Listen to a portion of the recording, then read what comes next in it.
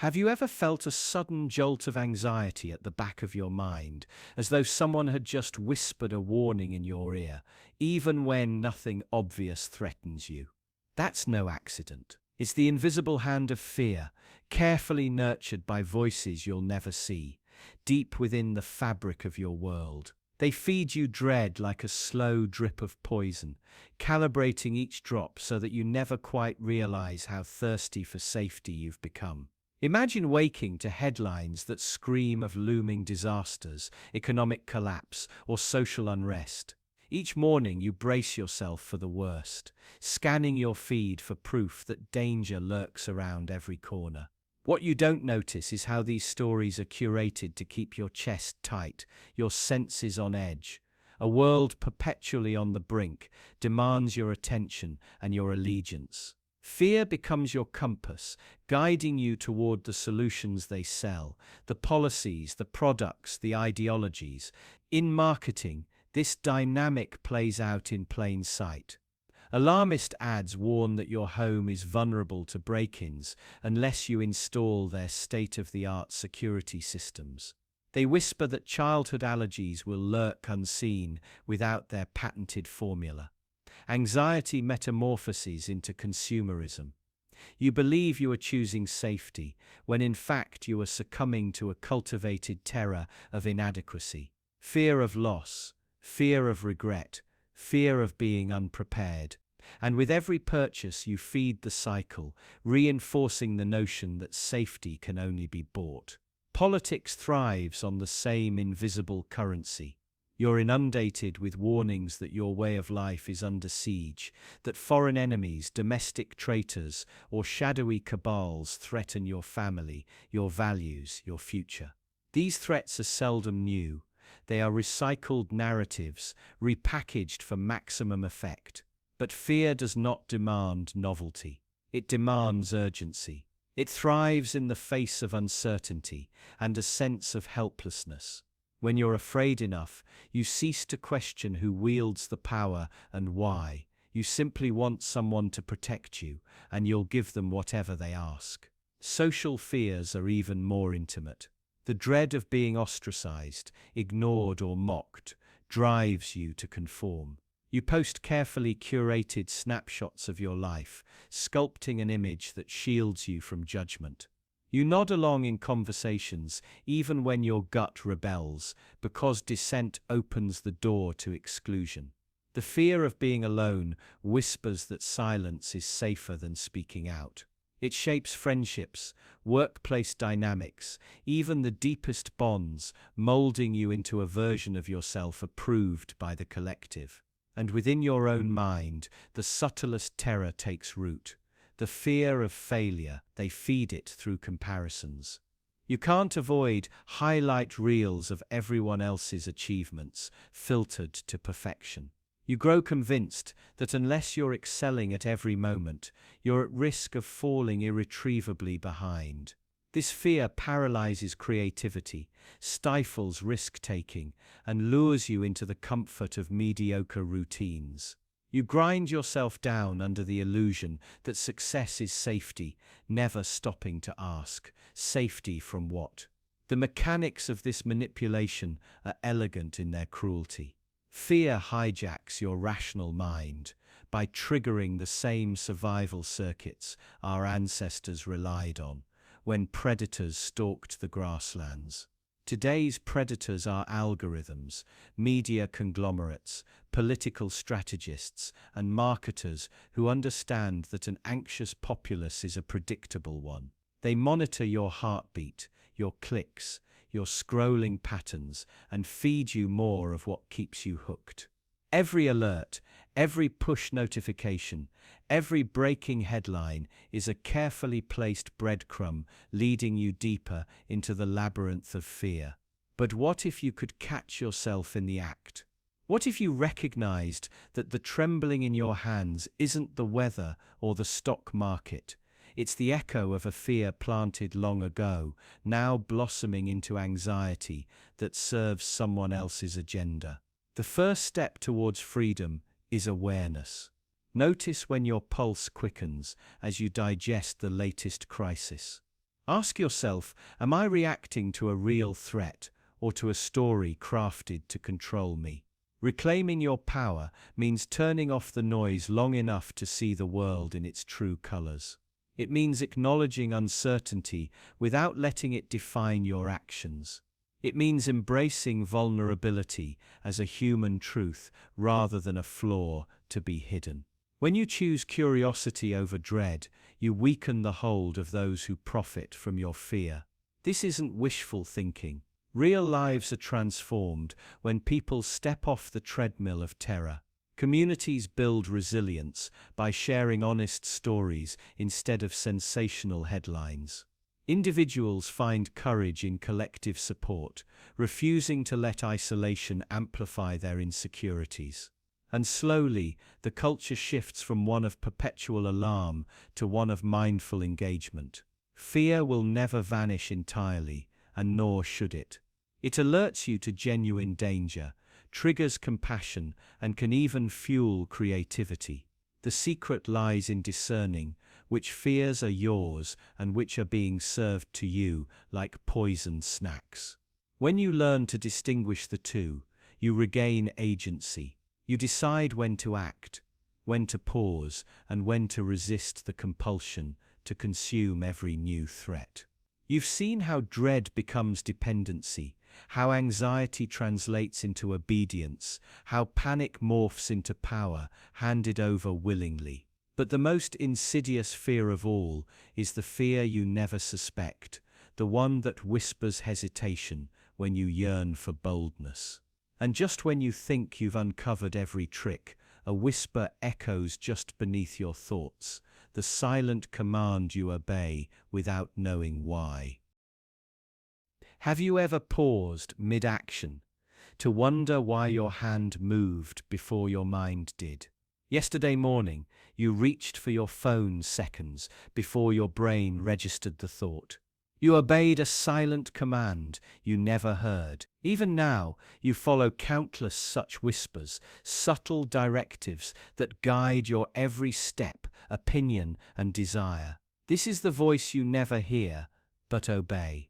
That voice is your autopilot. It hums beneath your awareness, reducing life's complexity by turning choice into habit. It nudges you toward the nearest coffee shop, steers the conversation at dinner, and decides whether you linger on a page or scroll past. You believe autonomy steers your course, but more often it's that unseen narrator scripting your day. Where did this narrator come from?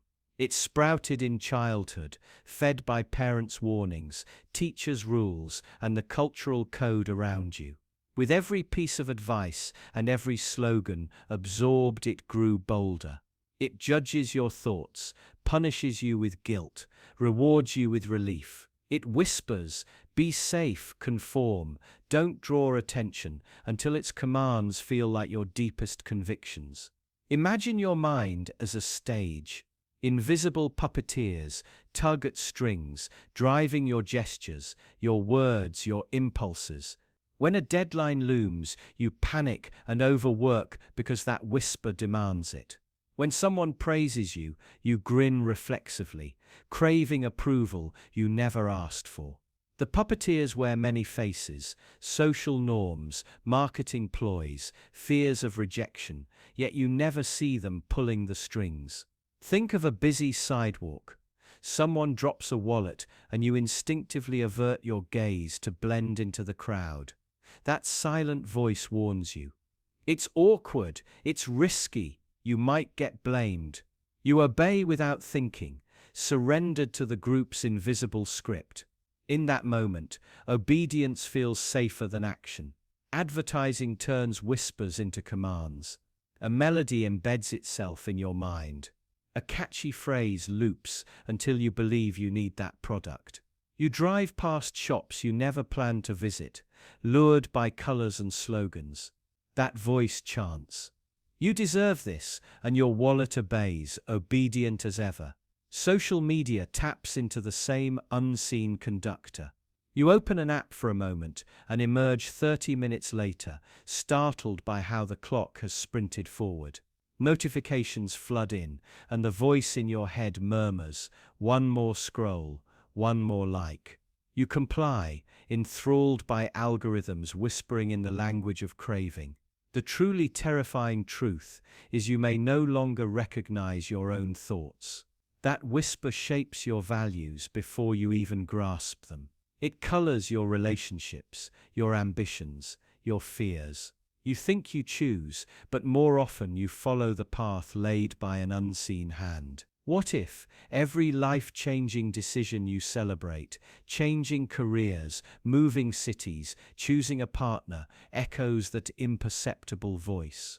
What if your grandest desires were whispered into being by advertisers, authority figures, or instinctual survival mechanisms? Suddenly, free will feels fragile, like a facade ready to shatter. This voice also masquerades as your inner critic. It berates you in private, sowing seeds of doubt.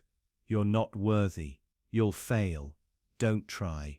You learn to obey its sneers, abandoning dreams too risky to tolerate its scorn. The darkest side of dark psychology resides within you, urging you to obey your own worst fears.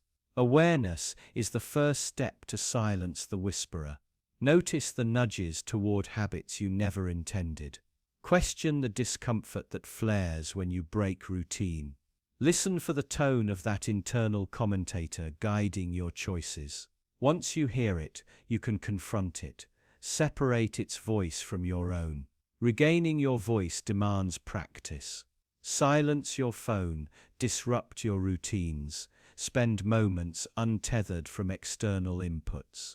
In that quiet, you'll begin to distinguish genuine thoughts from ghostly suggestions. Each pause is a victory, a moment reclaimed from hidden control. You're not powerless, despite that whisper's insistence. Every time you hesitate before obeying, you cast light on the puppeteers. Every choice you make after mindful reflection loosens their grip. This ongoing struggle defines your autonomy. The real horror isn't that someone is pulling your strings, it's that you once believed those strings were yours. The voice you never hear but obey is the source of manipulations you can't see. Until you learn to listen for it, you remain a puppet in a theater you never noticed. And in the next moment, you'll discover why the sweetest acts of kindness often mask the darkest betrayals.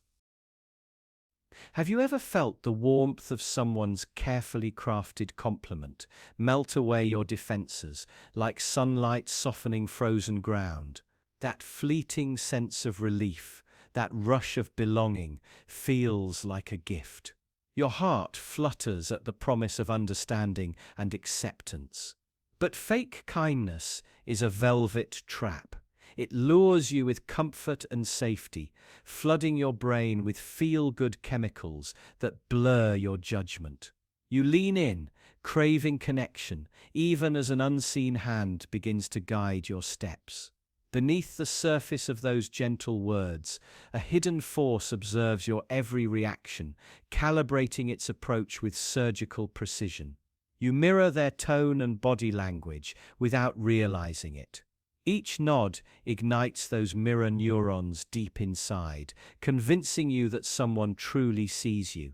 You feel heard, understood, validated, as if someone polished a mirror just for your soul. Yet that mirror is an illusion. The mimicry is choreographed, a silent performance meant to lower your defenses. You mistake imitation for empathy, truth for theater. You step closer, hungry for that reflection of self, unaware that the actor on stage is collecting every fragment of your identity, ready to rewrite it in their own design. When you let someone into your inner world, sharing doubts and fears, you expose the fracture lines of your psyche. Fake kindness uses those cracks as data points. It catalogues every whisper of insecurity, every longing you reveal. Imagine confessing a regretful memory or a hidden ambition, believing you're bonding over shared humanity, while the other person archives that moment as leverage. Later, when you hesitate or resist, they prod at your vulnerabilities with surgical precision, reminding you of the solace they provided and the promise you implicitly made. Your vulnerability becomes the currency for their manipulation. Compliments and favors build an invisible ledger in your mind.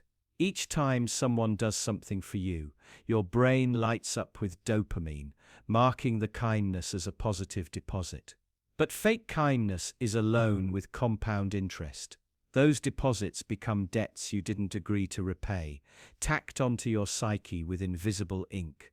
When the manipulator wants something in return, they reference the ledger, reminding you of every wrist twisted and every comforting word. Guilt seeps in because you feel you owe it back. You scramble to settle the unseen bill, blind to the fact that the interest rate only climbs. Social norms amplify the trap. You're taught to accept gifts graciously, to reciprocate kindness, to say thank you.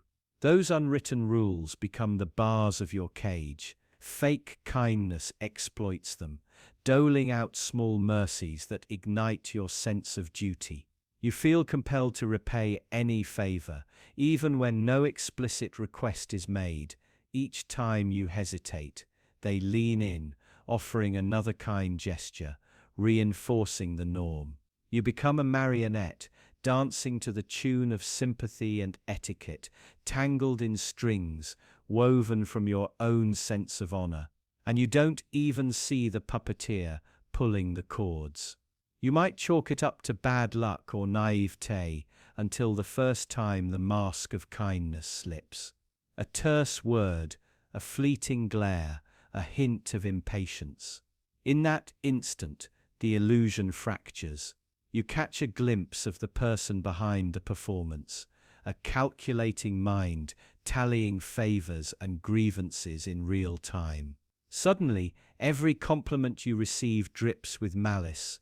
Every favor you accepted becomes a ledger entry demanding repayment. Your stomach knots as you realize the warmth you chased was a form of bait. You were lured by kindness, only to find yourself entangled in obligation. This moment of clarity feels like standing at the edge of a cliff, the chasm below filled with regrets and misplaced trust. You scramble backward, heart hammering, as you recall every gentle word that led you here. Each confession, each shared secret, each gesture of kindness now feels like a brick in the wall they built around you. But doubt is your ally. It whispers that you have the power to dismantle that wall.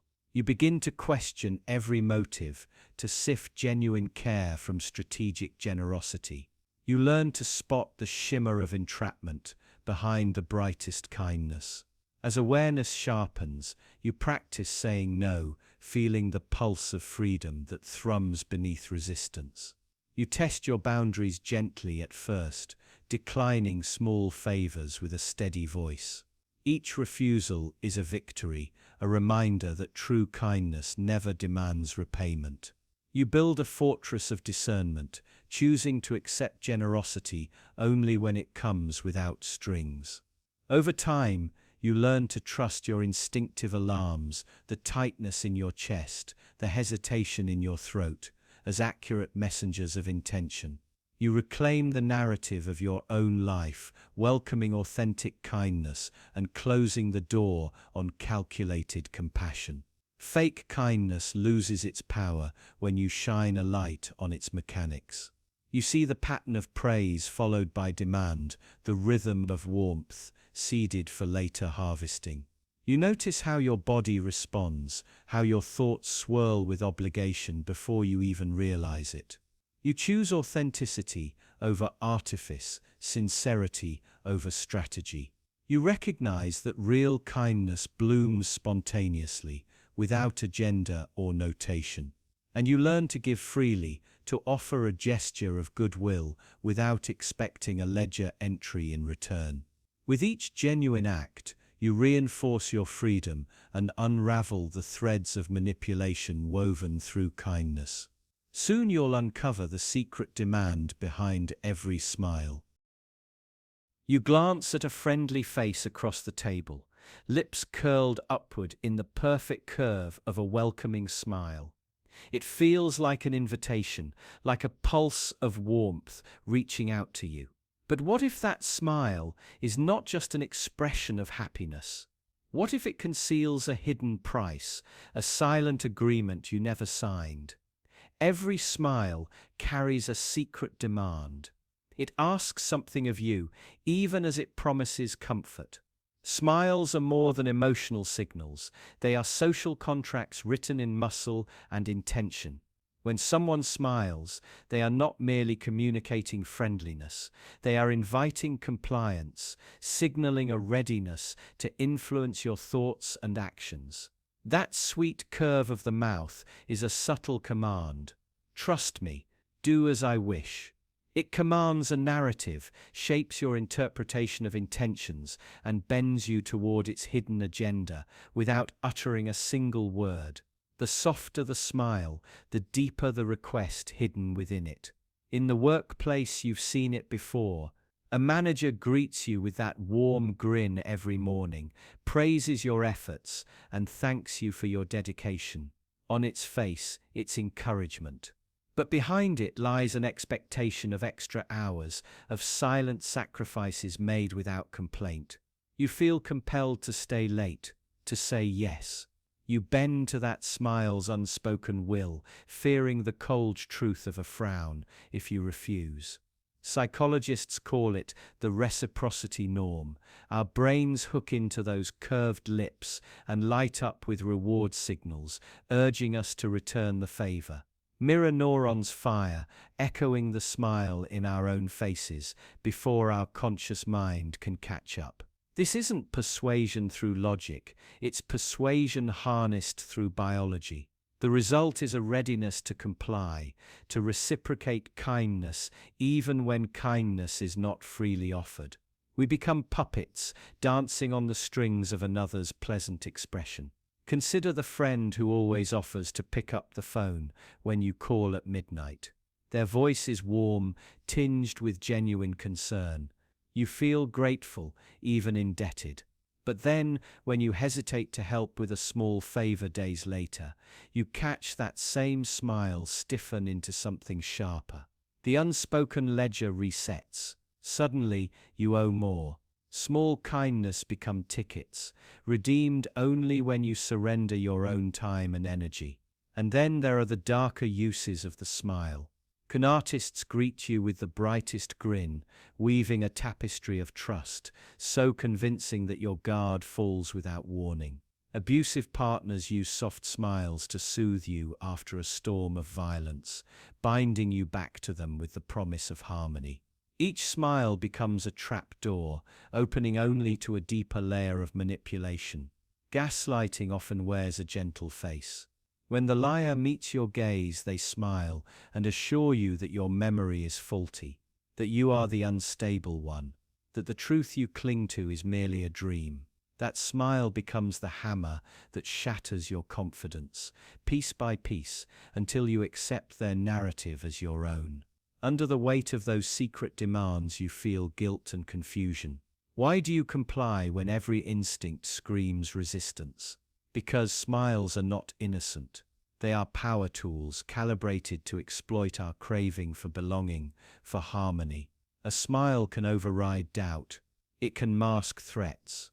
It can make you betray your own needs and values without ever hearing a single command. Breaking free begins with noticing the shift.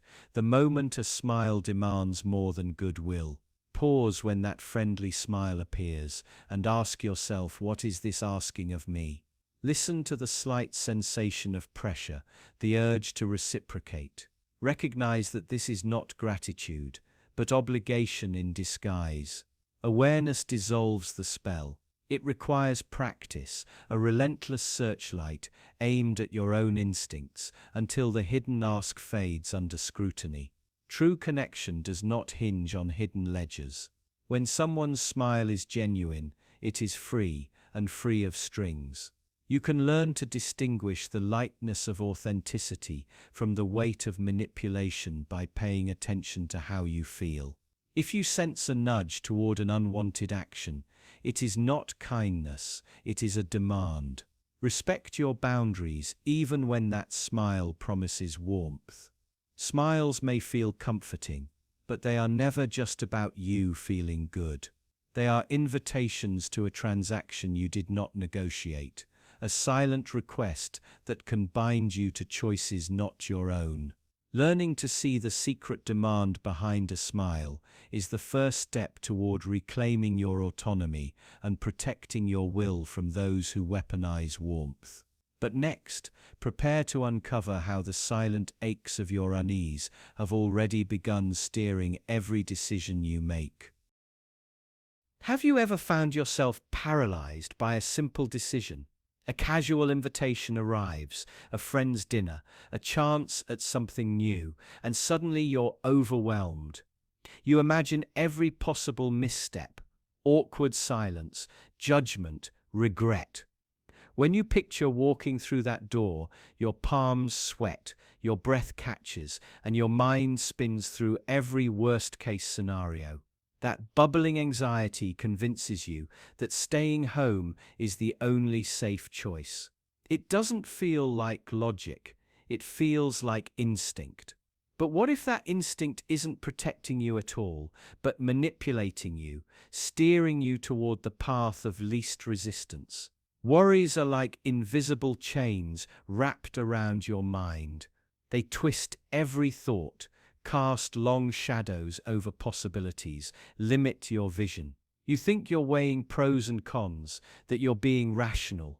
In reality, you're reacting to an imagined threat, a future that may never arrive, built on fragments of fear and a shaky sense of control. Like a storm cloud that never breaks, worry hovers above you, ready to crack open at the slightest provocation. Worry warps your perception so thoroughly that you mistake your own defense mechanism for truth, trading freedom for the illusion of safety. Consider your spending habits.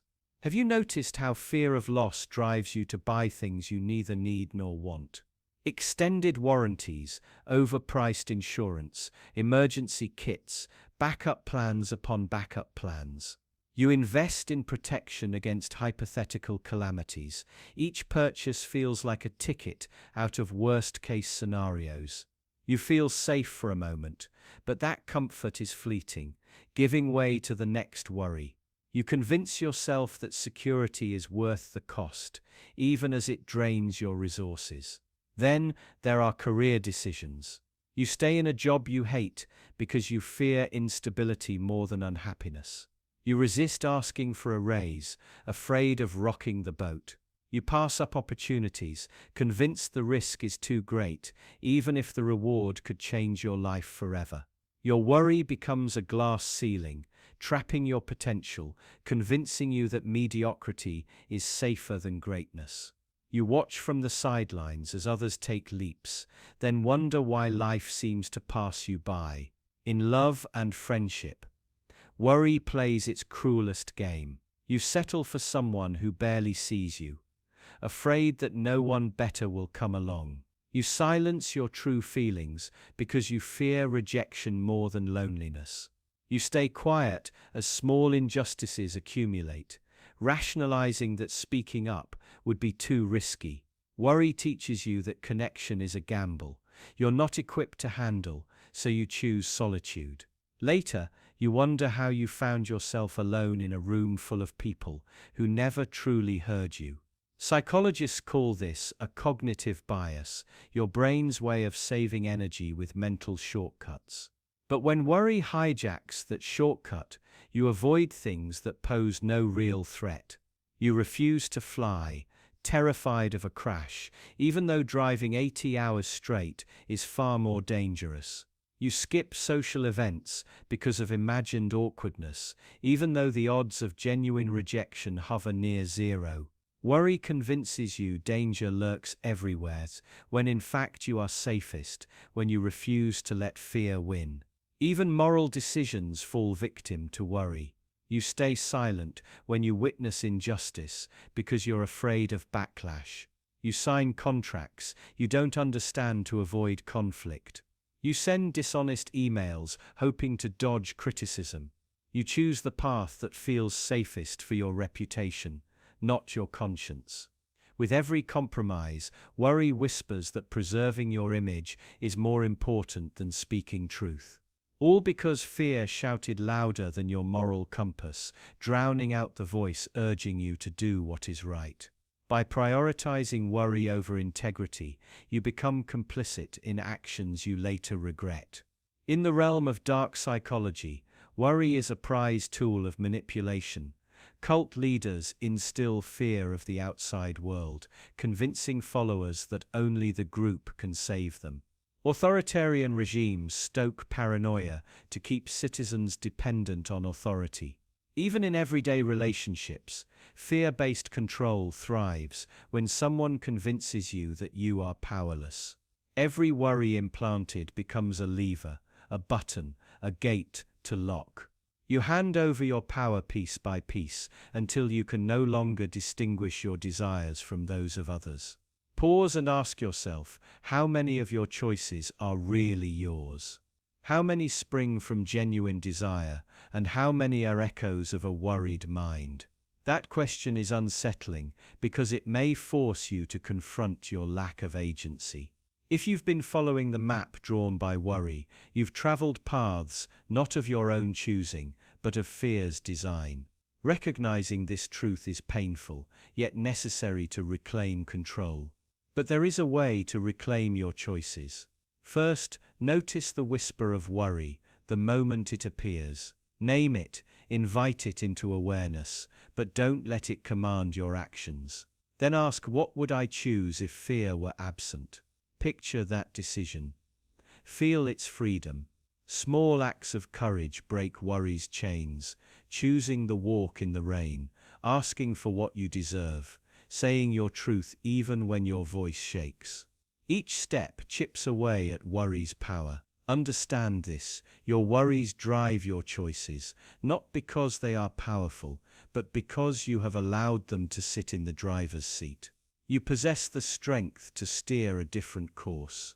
You hold the power to refuse the autopilot of fear. You can learn to trust a bolder voice within, one that sees potential instead of pitfalls, opportunity instead of disaster. Your future is no longer a hostage to worry, but a canvas awaiting your courageous brushstrokes. Soon you'll discover that the heaviest weight you bear isn't the fear you feel, but the silent pain you've never dared to acknowledge.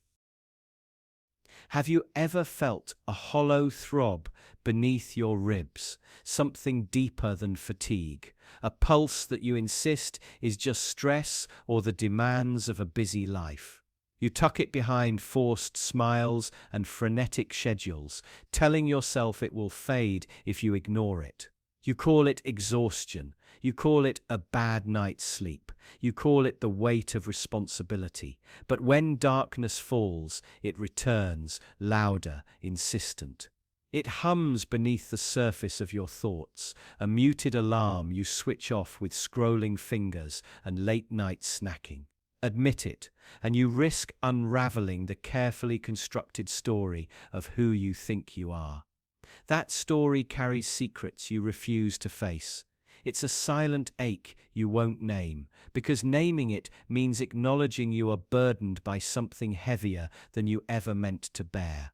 Denial drapes itself over your every moment, an invisible cloak that both shields and suffocates. You drown the ache in distractions, filling your hours with endless scrolling, late-night work binges, or the numbing haze of drinks that blur the edges of reality. Each sip, each click promises release, but only deepens the gap between you and your own truth. You tell yourself you are resilient, that you are pushing through, that you can handle anything thrown your way, but resilience is not invincibility. Pushing too hard fissures the bedrock of your spirit, hidden cracks until a minor setback brings you crumbling down. Your mind becomes a labyrinth of avoidance, each corner leading you away from the true source of your distress. What begins as a whisper of discomfort transforms into a silent tyrant that rules your choices, so you remain oblivious to its quiet power. When you finally lie still, the ache re-emerges in echoes, the regret of words unsaid, the sting of moments you let slip by unclaimed, the silent apologies you never offered. These echoes are not kind. They rattle you in empty rooms and hijack the calm you tried to cultivate. A memory surfaces, an argument where you held back more than you spoke, a goodbye that ended with a nod instead of a hug. In those fragments you sense the weight of what remains unresolved. And in that questioning, you glimpse the mechanism of your own self-betrayal, a pattern honed by silent agreements with fear. You try to smother these reverberations with new distractions, but they always come back louder, chipping away at your focus until your heart feels like a locked room with no exit. The more you evade, the stronger the echoes grow, demanding recognition with every beat of your heart. When you glance in a mirror, the person staring back may look familiar, but something is off. Their shoulders slump with the weight of unspoken truths. Their eyes carry a distant hunger for relief. You see a reflection crowned by quiet desperation, a silhouette fractured by avoidance. Every time you avert your gaze, you grant power to the very pain you're trying to escape. That reflection becomes a map of places you refuse to explore, valleys of shame, cliffs of regret, forests of hidden fear. You build walls so thick between you and that mirror image that you nearly forget it's your own. In that fortress, laughter feels distant, intimacy feels dangerous, and every moment of joy is tainted by the fear of opening those walls. Fortress walls cast long shadows, and those shadows gather until they swallow everything you cherished. You become both prisoner and guard, trapped within the fortress of your own making, convinced that safety lies in distance, even as your soul withers behind locked doors. Regret is a seed you plant deep in the soil of your chest, watered by every stifled confession and every moment you turned away. You bury it beneath layers of tasks, convinced that if you never dig it up, it will shrivel and vanish. But seeds thrive in darkness. Your unspoken shame grows roots that wind through your thoughts, tapping into the well of possibility and poisoning it.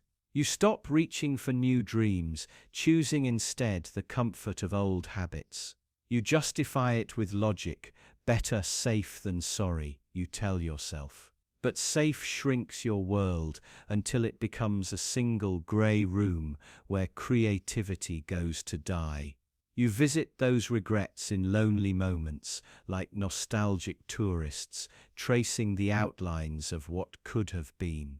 And each time you do, you build another barrier between your present self and the potential you abandoned. Regret becomes the silent warden of your heart, setting strict rules about what you can feel, what you can try, and who you can trust. You're left with a garden overrun by thorny regrets, each one a reminder of the freedom you forfeited. Denial exacts its toll in ways you only feel in your bones. You lose sleep, trading nights for more distractions. You lose clarity, turning every decision into a guessing game shaped by hidden fears. You lose connection, keeping everyone at arm's length to guard against the risk of exposing that ache. You celebrate achievements, but hear a hollow echo in your chest, questioning if you deserve any of it. Every compliment feels like a lie, every success feels unearned, because you know how much of yourself you withheld from the world. You pay the price of pretending not to feel in relationships that never deepen, in passions that never ignite, in moments that pass you by while you stand on the sidelines, convinced that involvement means vulnerability, and in your mind vulnerability is far too dangerous. You wonder why life feels muted, why joy feels like an illusion behind a fogged window. And as time passes, you realize too late that the greatest losses were not the chances you missed, but the life you never fully lived. But imagine what could happen if you stopped running.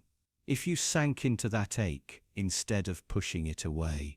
What if you spoke the words you locked behind fear, the admission of loneliness, the confession of regret, the yearning for something more than mere survival? In that moment of honesty, you would taste something unfamiliar, raw strength born from vulnerability. You would discover that feeling fully does not destroy you. It refines you. When you welcome the whispers of your heart, you open doors to compassion for yourself and others. You reclaim the power that denial stole from you. You transform the silent ache into a compass guiding you toward authenticity, toward connection, toward life, lived with intention instead of by default.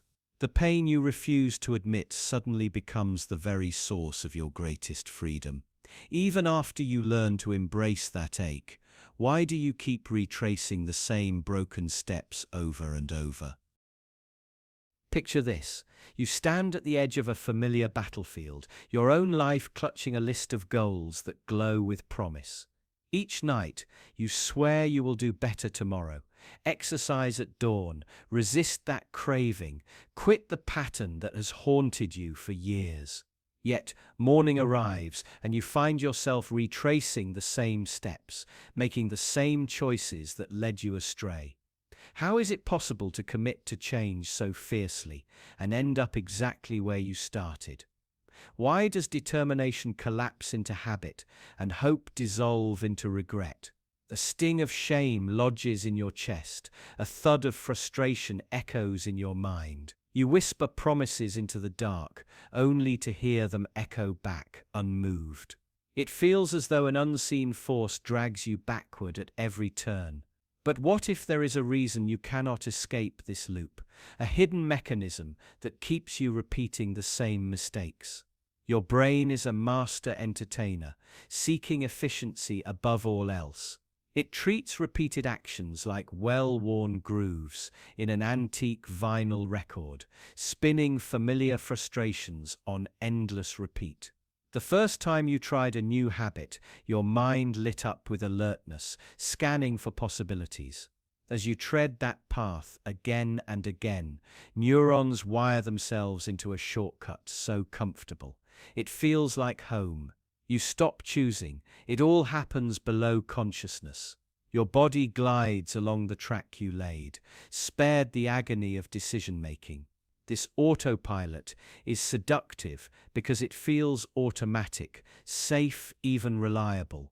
But every time you step on that old record, you surrender a piece of your freedom, handing control back to the past. In that groove, your mistakes lie in wait, ready to reel you back before you even realize what is happening. It is why your hand reaches for your phone before your brain even knows you are bored. It is why you buckle into a toxic routine while your conscious mind begs for escape. Inside this mental maze, subtle forces wage silent battles for your attention. Confirmation bias acts like a guard dog, sniffing out evidence that confirms what you already believe, even when it is self-sabotage. You obsess over that one dramatic failure, ignoring the dozens of times you almost succeeded. Sunk cost fallacy glues you to decisions made long ago, whispering that cutting ties equals betrayal, even when the path is crumbling beneath your feet. You cling to flawed strategies, convinced that this next attempt will finally break the cycle, ignoring the warning signs that flashed red every time before. The hot burn of hope clouds your judgment, making the familiar trap feel like the only viable option. Add in negativity bias, magnifying every misstep into a mountain of despair, and you have a recipe for perpetual relapse. There is another villain here, fear disguised as familiarity. The unknown is terrifying. Your brain, wired to protect you, shouts warnings at the slightest hint of change. It convinces you that the wounds you know are better than the gamble of healing, that fear is a master manipulator, turning every new opportunity into a risk you cannot bear. You circle back to toxic relationships where hurt is predictable. You slide into old habits where failure is painfully familiar. Each misstep becomes a twisted comfort zone where anxiety drops because expectations plummet. Pain you understand you can brace for. The pain of change, of stepping into uncharted territory, is a phantom menace that feels more savage than any mistake you have already made. It is like choosing a cracked glass because the jagged edges feel more trustworthy than the smooth unknown. Even more disturbing is how the world beyond your mind hunts you. Dark psychology weaponizes your loops. Advertisers retarget you with unsettling precision, stalking your slightest itch until you scratch it, dragging you back to purchases that left you feeling empty. Social media algorithms watch your hesitation, then flood your feed with triggers you find irresistible. Friends and colleagues sometimes exploit your patterns unconsciously, inviting you into drama that makes you feel alive for a moment before dropping you back into despair. Pop psychology and self-help gurus can keep you spinning if they preach quick fixes that reinforce the cycle. These external forces amplify your internal grooves, creating a feedback loop that feels inevitable. Like a puppeteer tugging invisible strings, they guide your hand toward the very missteps you swore you would avoid. Think of Anna, a talented artist who swore off binge eating. She charted every meal, shared her progress online, and felt invincible for a week. Then came the first slip, a lonely evening scrolling through old photos, the ache of self-doubt creeping in. In that moment, her mind flooded her with memories of comfort foods, the brief relief that had numbed her anxiety for years. She rationalized that a single indulgence would be harmless, and suddenly her resolve shattered. The next morning, guilt weighed her down so heavily she abandoned her paints altogether. She found herself back at the same starting line, convinced this time she would be different, until the loop consumed both her art and her self-esteem. But here is the moment that changed everything, when Anna realized her battle was not with food, but with the neural patterns that made her reach for it in the first place. Breaking free demands more than willpower, it demands guerrilla tactics against your own mind. Track your urges like a detective tracing a crime scene. Capture each thought before it slips away in shame. Name the biases, call out the triggers, ask what you are really longing for, control comfort, distraction. Seek growth disguised as discomfort, cold showers to shock you out of routine, empty pages that scare you into creation, silent moments that confront you with your own thoughts. Surround yourself with new influences, books that challenge your beliefs, friends who hold you accountable, mentors who refuse to let you settle for old narratives.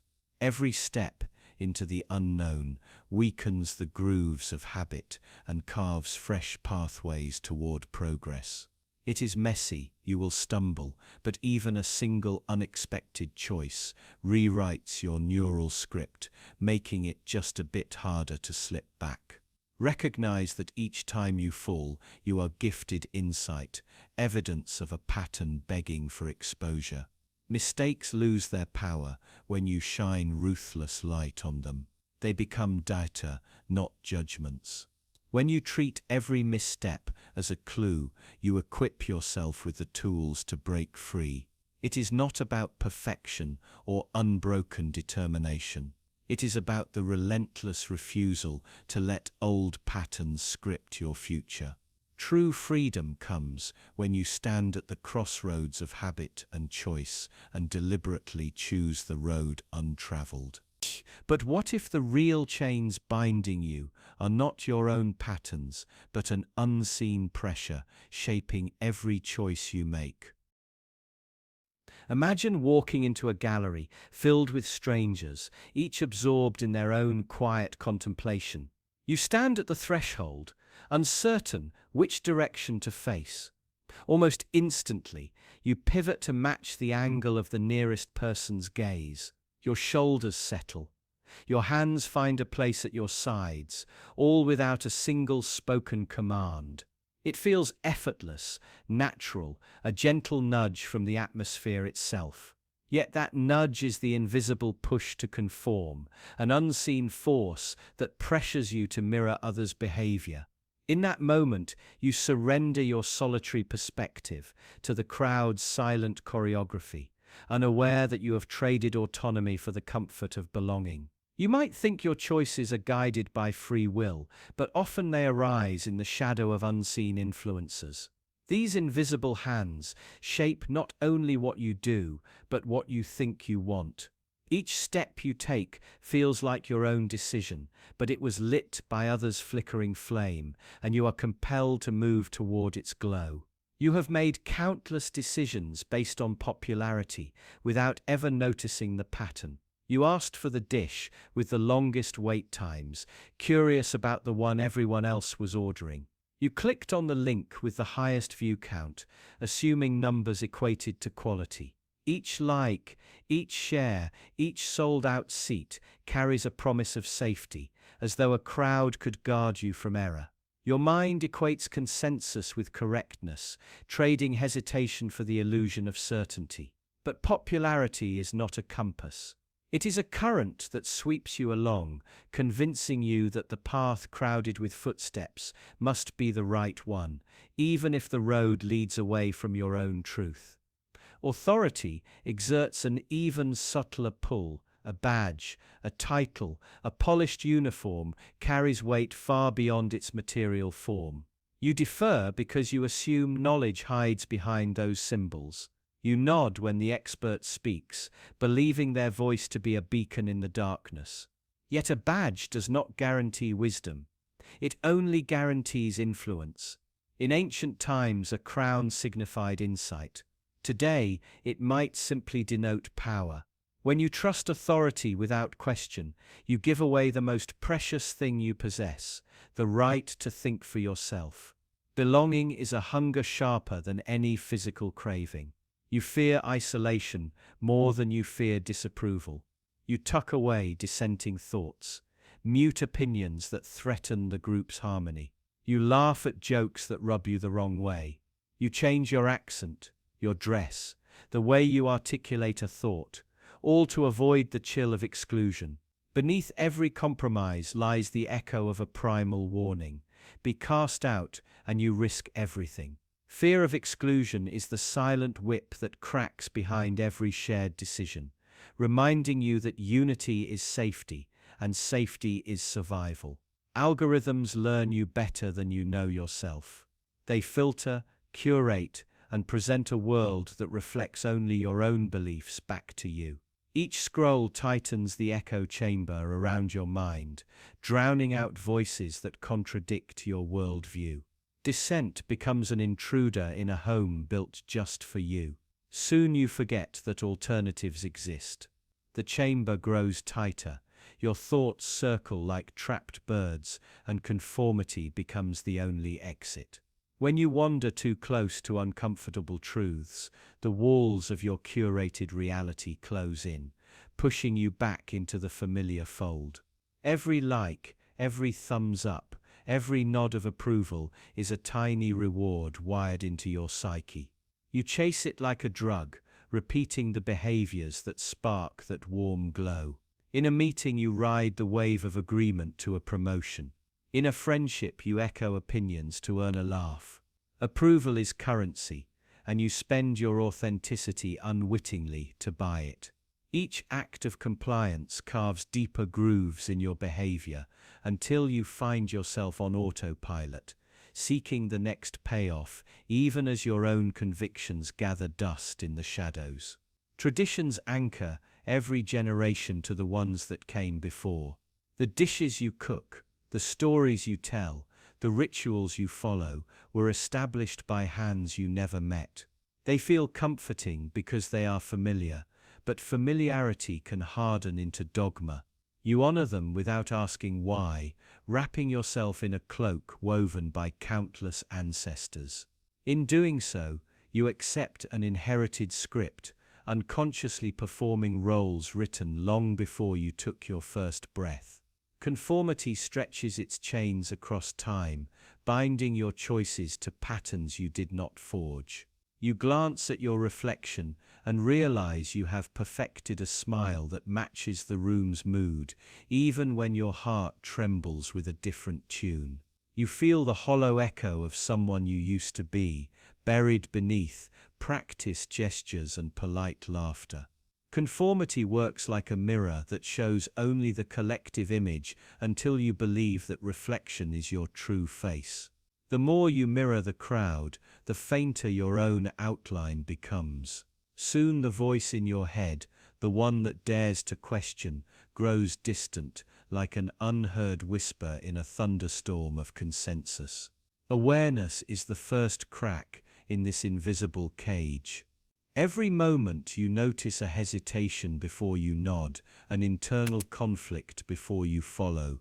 You slow the current, pushing you downstream. You cultivate the discomfort of standing apart, welcoming the prick of uncertainty as proof that you are awake. When you pause to ask why, you pry open a window onto your own motives. In that space, you reclaim ownership of your thoughts. The push to conform loses its grip when you recognize its touch. And in that reclaimed space, you find the freedom to choose the contours of your own path. Soon you will discover how a single question can slice through every defense and reveal the hidden truths lurking beneath the surface. Have you ever sat across from someone who asks a question so innocent you barely register it until it lodges in your mind, haunting you? The words float easily between you. What do you truly want? Then they land, unexpected. Your heartbeat quickens, your palms sweat. A simple question, barely any preamble, and suddenly your world tilts. Questions are not harmless. They act as probes, instruments fashioned to pierce your carefully constructed armor. Like a surgeon's scalpel, a well-placed question slices through social niceties and defenses. It finds the raw tissue of your uncertainty, the hidden wounds you keep bound and out of sight. And when that barrier falls, there's no return to the safety of ignorance. Consider the question, who are you, really? It seems direct, even obvious. Yet, when you attempt to answer it, your mind staggers, memories blur, labels feel brittle. You falter between the roles you play and the person beneath. The ground beneath your self-image shifts. A shock of vertigo follows as you glimpse an emptiness where certainty once stood. Why does answering such a simple question feel like walking through glass? Because most of us never ask ourselves those things. We coast on autopilot, trading authenticity for convenience. A question forces us to confront the distance between our self-perception and our hidden truths. It bullies our self-deception, poking at inconsistencies we'd rather keep in the shadows. In therapy, open questions are tools to unravel trauma. Every "why did you react like that?" peels back layers of defense. In interrogations, accusatory questions become weapons, unraveling lies and exposing fear. Salespeople employ probing questions to reveal your deepest desires, then pitch products that promise to fill the void. In every case, the questioner wields the true power. Picture a job interview. You rehearse answers for days, then the interviewer leans forward and asks, "So, tell me about yourself." Innocent enough, you launch into your resume highlights, but the moment your script ends, the silence presses on. You realize they want more than credentials, they want your essence. And suddenly the polished facade feels thin, inadequate. When a question cuts this deep, it bypasses small talk. It drills directly at the heart of identity. It unmasks assumptions you built to feel safe. Questions like, "Are you happy?" dig under the polished veneer, nudging you to face hopes you abandoned or fears you can't name. The sting arrives because we rarely allow ourselves to feel that raw. In darker contexts, a question can be a threat. An interrogator snarls, "Where's the weapon?" The captive doesn't know if the question is genuine or a tease, but either way, terror claws at the gut. A question becomes a loop of dread. Each silence or stammer confirms guilt in the mind of both asker and answerer. The worst wound comes not from the question itself, but from the echo it leaves behind. Once you've asked, you can't unask. It burrows under your skin, generating late-night insomnia. You replay your answer or your silence. You wrestle with regrets over words you said or wish you had. The question haunts you until you find a new truth. Society uses this too. Politicians ask you to define your fears. Are you safe? Advertisers ask, what kind of partner do you want? Each query reshapes your desires, your identity, your choices. You answer with the fragment of yourself they've coaxed to the surface, then receive messages tailored precisely to puppet those parts into action.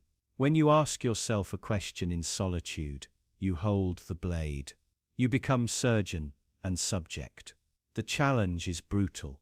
You demand answers and watch your certainty bleed away. You summon courage to face contradictions. And sometimes you see things you'd rather keep hidden. Resentments, regrets, ambitions unfulfilled. The mirror of inquiry reveals more than you bargained for. To avoid that pain, most of us dodge simple questions. We fill silence with chatter. We distract ourselves with screens and noise. We cling to easy answers. I'm fine. I know who I am. We reassure ourselves that we don't need to dig deeper. But every unasked question is a wound that festers, a secret gravity pulling us toward disconnection. And yet, genuine transformation begins with the question that scares you. When you slow down enough to confront one honest question, you give yourself a chance to rebuild. A question is an opening, a crack in the concrete of routine that lets in light. It's painful, but it's the only way to reach the parts of yourself you've buried. The power of that moment is undeniable. A simple question cuts deep because it demands authenticity. It refuses small talk. It forces you to acknowledge what you've been avoiding. And when you allow that cut to bleed, you start to heal. You see the fractures in your own narrative. You glimpse a possibility beyond the roles you've been playing. Be warned, once that cut goes deep, you can't stitch yourself back the same way. You'll carry the scar of the question. It will remind you of what you discovered, both your fragility and your potential. You'll never return to the untroubled surface of superficial answers. You'll remain changed, walking through life with a new capacity for truth and a vulnerability you can't erase. And that vulnerability is your strength, because only from that raw place can you begin to reshape your reality. Only after you've felt the ache of honest inquiry can you choose deliberately who you want to become. But what happens when the very empathy that comforts you becomes the trap that binds you? Imagine you come home one evening to find a friend collapsed on your doorstep, tears staining their clothes. You set aside your evening plans, invite them in, cook a meal, listen as they unburden their fears and regrets. You feel noble, generous, essential. Yet as you finally sit down yourself, exhaustion crashes over you. Your own worries return, louder now for their absence of attention. You realize your kindness cost you everything you needed in that moment. Compassion is the impulse to bridge another's suffering with your own warmth. It feels like purpose, like light in darkness, but it also lays traps. Each kind act sows an expectation, not always theirs, often your own. You begin to believe that if you truly cared, your giving would have no limit. You set out to rescue, only to tether yourself to someone else's pain. Picture compassion as quicksand. The more you struggle to pull another free, the deeper you sink. Each helping hand binds you tighter. You pour your time, energy, money into easing their burden, but the sticky ground of their struggle clings to you. You recognize you're in danger of drowning, yet the shame of walking away keeps you rooted. Some have discovered how to wield that shame. They hone stories of woe that yank at your heartstrings, convincing you that without your intervention, calamity awaits. A partner who dramatizes every slight to ensure you'll always be the peacemaker. A colleague whose deadlines miraculously slip into your inbox. A charity whose guilt-laden appeals promise salvation. If only you give just one more time. You respond to each plea.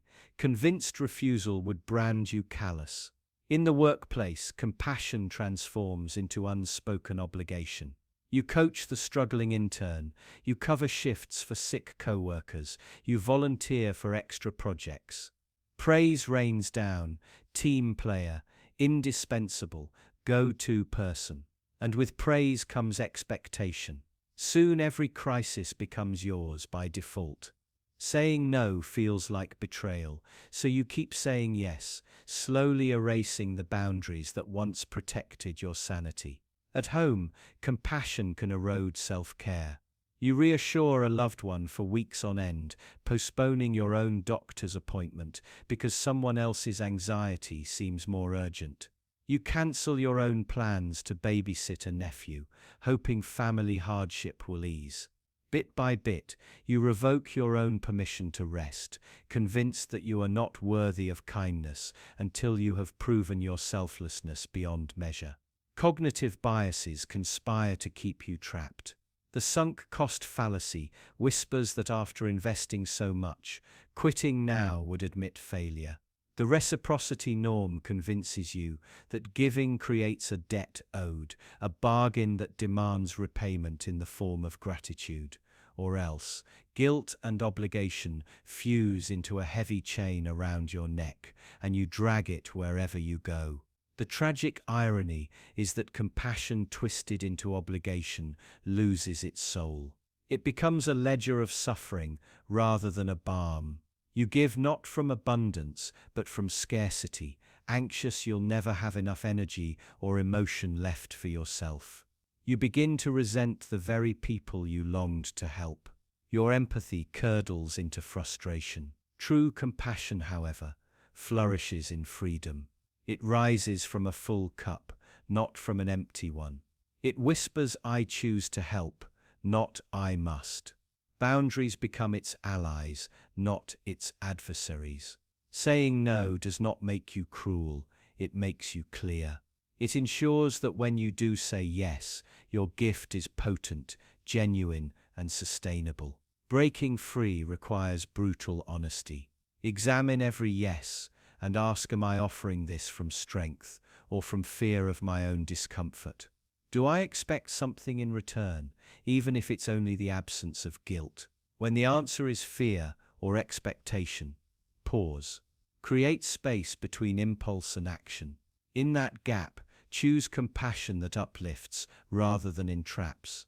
Rewriting compassion's story means learning self-compassion first. Rest when you are tired.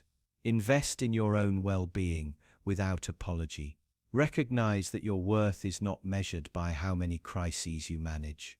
Appreciate that authentic kindness begins with caring for yourself as fiercely as you care for others. When compassion flows from that place, it becomes a healing force instead of a weapon. You help without losing yourself. Others respect your limits because they feel your honesty. You model a powerful truth. Generosity that endures is generosity that knows its own boundaries. Compassion need not be a trap. Let it instead be a bridge, strong, reciprocal, and resilient. In that balance, you discover a kindness that frees rather than confines, a love that empowers rather than enslaves, a warmth that shines without burning you alive. But what if every act of compassion you offer is secretly writing a check you cannot cash? You say, "I'm sorry," and something inside you tightens. It's not just humility or remorse, it feels transactional, like you've just taken on a debt. That apology wasn't free. It cost you something. And now, whether spoken or just silently understood, there's a balance sheet open between you and the person you wronged. The moment you admit fault, you're not just acknowledging harm, you're pledging a form of emotional repayment. But why does it feel like that? Why does saying sorry feel like borrowing from a lender? Because it is. Apology creates obligation. It sets a psychological trap where guilt is the currency and forgiveness is the only way out. You've placed yourself below someone else. You've handed them a subtle kind of power. Until they accept your apology, until they cancel that debt, you live under its weight. You walk a little softer. You speak with restraint. You wait for cues, scanning their reactions like someone awaiting parole. This isn't about manners. This is about psychological dynamics that bind us invisibly. To apologize is to admit weakness, to relinquish control over how you're seen. You let someone else write part of your narrative, and you hope they write it kindly. And here's where it gets darker. The person you apologize to now controls the terms of emotional closure. They can grant it generously or withhold it. They can weaponize your apology, replay it, stretch it out. They can make you grovel. And the more sincere your guilt, the more leverage they gain. Your vulnerability becomes their advantage. Most people wouldn't consciously do this, but the power still exists. Even silence becomes an act of control. If they say nothing, you're left in limbo, unforgiven, unsettled, emotionally suspended. That silence screams louder than anger ever could. Apology, then, is a negotiation disguised as virtue. You're not just expressing sorrow, you're hoping to settle an invisible account. And like all debt, the longer it lingers, the heavier it grows. But there's something deeper going on. Saying sorry forces you to relive what you did. Not just acknowledge it, but feel it. You remember the look on their face. You replay the moment, over and over. You dissect your own failure like an autopsy. That's part of the cost. Apology demands you suffer a little. Feel the pain you caused. That's how we measure its sincerity. And the other person. They become a witness to your suffering. They evaluate your apology like a judge, weighing evidence. Was it enough? Did you squirm properly? Did you show remorse with the right mix of shame and humility? Sometimes an apology fails not because it's insincere, but because it doesn't meet the emotional standard the other person unconsciously set. It didn't feel expensive enough, which leads to a disturbing thought. Is apology really about the person we hurt, or is it still about us? Are we trying to repair them, or repair our image of ourselves? Are we seeking forgiveness, or just permission to stop feeling bad? This is the cruel paradox of apology. You want to heal, but to do so you must stay wounded. You seek redemption, but you can't grant it to yourself. And if forgiveness doesn't come, you're stuck, emotionally indebted to someone who may never clear your name. And yet, if you don't apologize, if you don't open that account, you're accused of coldness, cowardice, arrogance. Silence becomes its own kind of guilt. So either you speak and take on the debt, or you stay silent and wear the stain. There's no escape, only trade-offs. And what's worse, some people apologize reflexively. Not because they did something wrong, but because they were trained to manage emotions, to preempt anger, to smooth over conflict by taking the blame. For them, apology is survival. It's the tax they pay for peace. And that tax never stops collecting. So when you apologize, ask yourself, what are you really paying for? Is it justice, closure, or just relief? And are you paying it once or forever? Because what happens when the part you ignore is the part that keeps the guilt alive? You try not to think about it. That strange hollow that opens up every time you say you're fine, but no, you're not. That soft pulse in your chest when someone thanks you for something you didn't want to do, but did anyway. You call it stress, or overthinking, or just being tired. But it's not. Not really. That ache you can't name. That's guilt, and it's being fed by the part of you keep trying to ignore. It's the part of you that says yes when you want to say no. The part that smiles through resentment, that apologizes for things that weren't your fault. The part that chooses peace over truth, silence over confrontation. It's the version of you that plays the role, good friend, good partner, good worker, even when the cost is your own authenticity. You think you're being kind. You think you're being mature. But underneath, you feel it. A quiet betrayal of yourself. Every time you ignore what you really want, what you really feel, what you truly believe, you fracture. You split your identity into what's shown and what's hidden. And over time, that hidden self rots in the dark, twisting into guilt, because guilt doesn't just come from doing something wrong. Sometimes it comes from being someone false. It builds when you abandon yourself. When you lie, not to others, but to you. Every suppressed truth, every unspoken boundary, every swallowed frustration, it all adds up, until one day you realize the weight you're carrying isn't from your responsibilities. It's from your avoidance. But avoidance feels safe, doesn't it? It's easier to say it's fine than to start a confrontation. Easier to agree than to risk being disliked. Easier to people please than to disappoint. You tell yourself you're keeping the peace, protecting others, doing the right thing. But what you're really doing is keeping yourself small, manageable, palatable, and it eats away at you. It happens in relationships first. You become who you think they want. You mold yourself to fit, thinking it will earn love, stability, safety. But love built on self-erasure is not love. It's performance. And performers, no matter how good, always feel alone. That loneliness becomes guilt. Not for what you did, but for what you didn't do. For the truth you never spoke. For the self you never let them see. At work it's the same. You take on more than you should. You stay quiet when something's wrong. You overextend, overcompensate, overdeliver, hoping it will be enough. But it never is. Because deep down you know you're not being valued. You're being used. And your guilt grows, not because you failed, but because you knew better and didn't act on it. Guilt isn't just an emotion. It's a signal. It points to the parts of you that are starving for truth. The parts you've buried under obligation, politeness, and fear. And when you ignore it, when you keep pretending, keep performing, that signal doesn't fade. It festers. It starts to color how you see yourself. Not as kind, or loyal, or strong, but as fake, as weak, as unworthy. That's the cruel twist. The more you try to avoid guilt, the more you create it.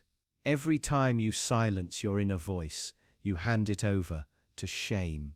And shame is greedy. It feeds on your silence, grows in your compliance, and disguises itself as your conscience. But guilt and shame are not the same. Guilt says, this isn't right. Shame says, you aren't right. So ask yourself, who benefits from your silence? Who profits from your guilt? Who has taught you that your needs are selfish? your boundaries are rude, your truth is too much. Because someone did, somewhere along the way, you learned to survive by shrinking, by pleasing, by pretending. But you can't carry the weight of that forever. You have to look at the part you keep ignoring, the angry part, the selfish part, the loud, disruptive, boundary-setting part, the one you fear will make you unlovable, unworthy, alone. That part isn't your enemy. It's your ally. It's the version of you that remembers what you really need, what you really value, who you really are. Letting that part speak doesn't make you bad. It makes you honest. And honesty is what dissolves guilt. Not perfection, not obedience, not being liked. Truth, spoken, lived. No more performing. No more pretending. No more punishing yourself for not being someone you never were. You're not guilty for being yourself. But you will keep feeling guilty if you keep ignoring that self. So look closer, not at what you did, but at what you denied, what you swallowed, what you sacrificed. That's where the guilt lives, and that's where your freedom starts. But what happens when the guilt is gone, and all that's left are the doubts that whisper you made a mistake? You've been told that doubt is healthy, that questioning yourself is a sign of intelligence, that uncertainty keeps you humble, grounded, rational. But here's the part no one tells you. Doubt can also be a cage, a subtle, invisible trap that keeps you from becoming who you were meant to be. Because the truth is, most people don't fail because they're wrong. They fail because they hesitate. They stall, they freeze, they second-guess themselves into inaction.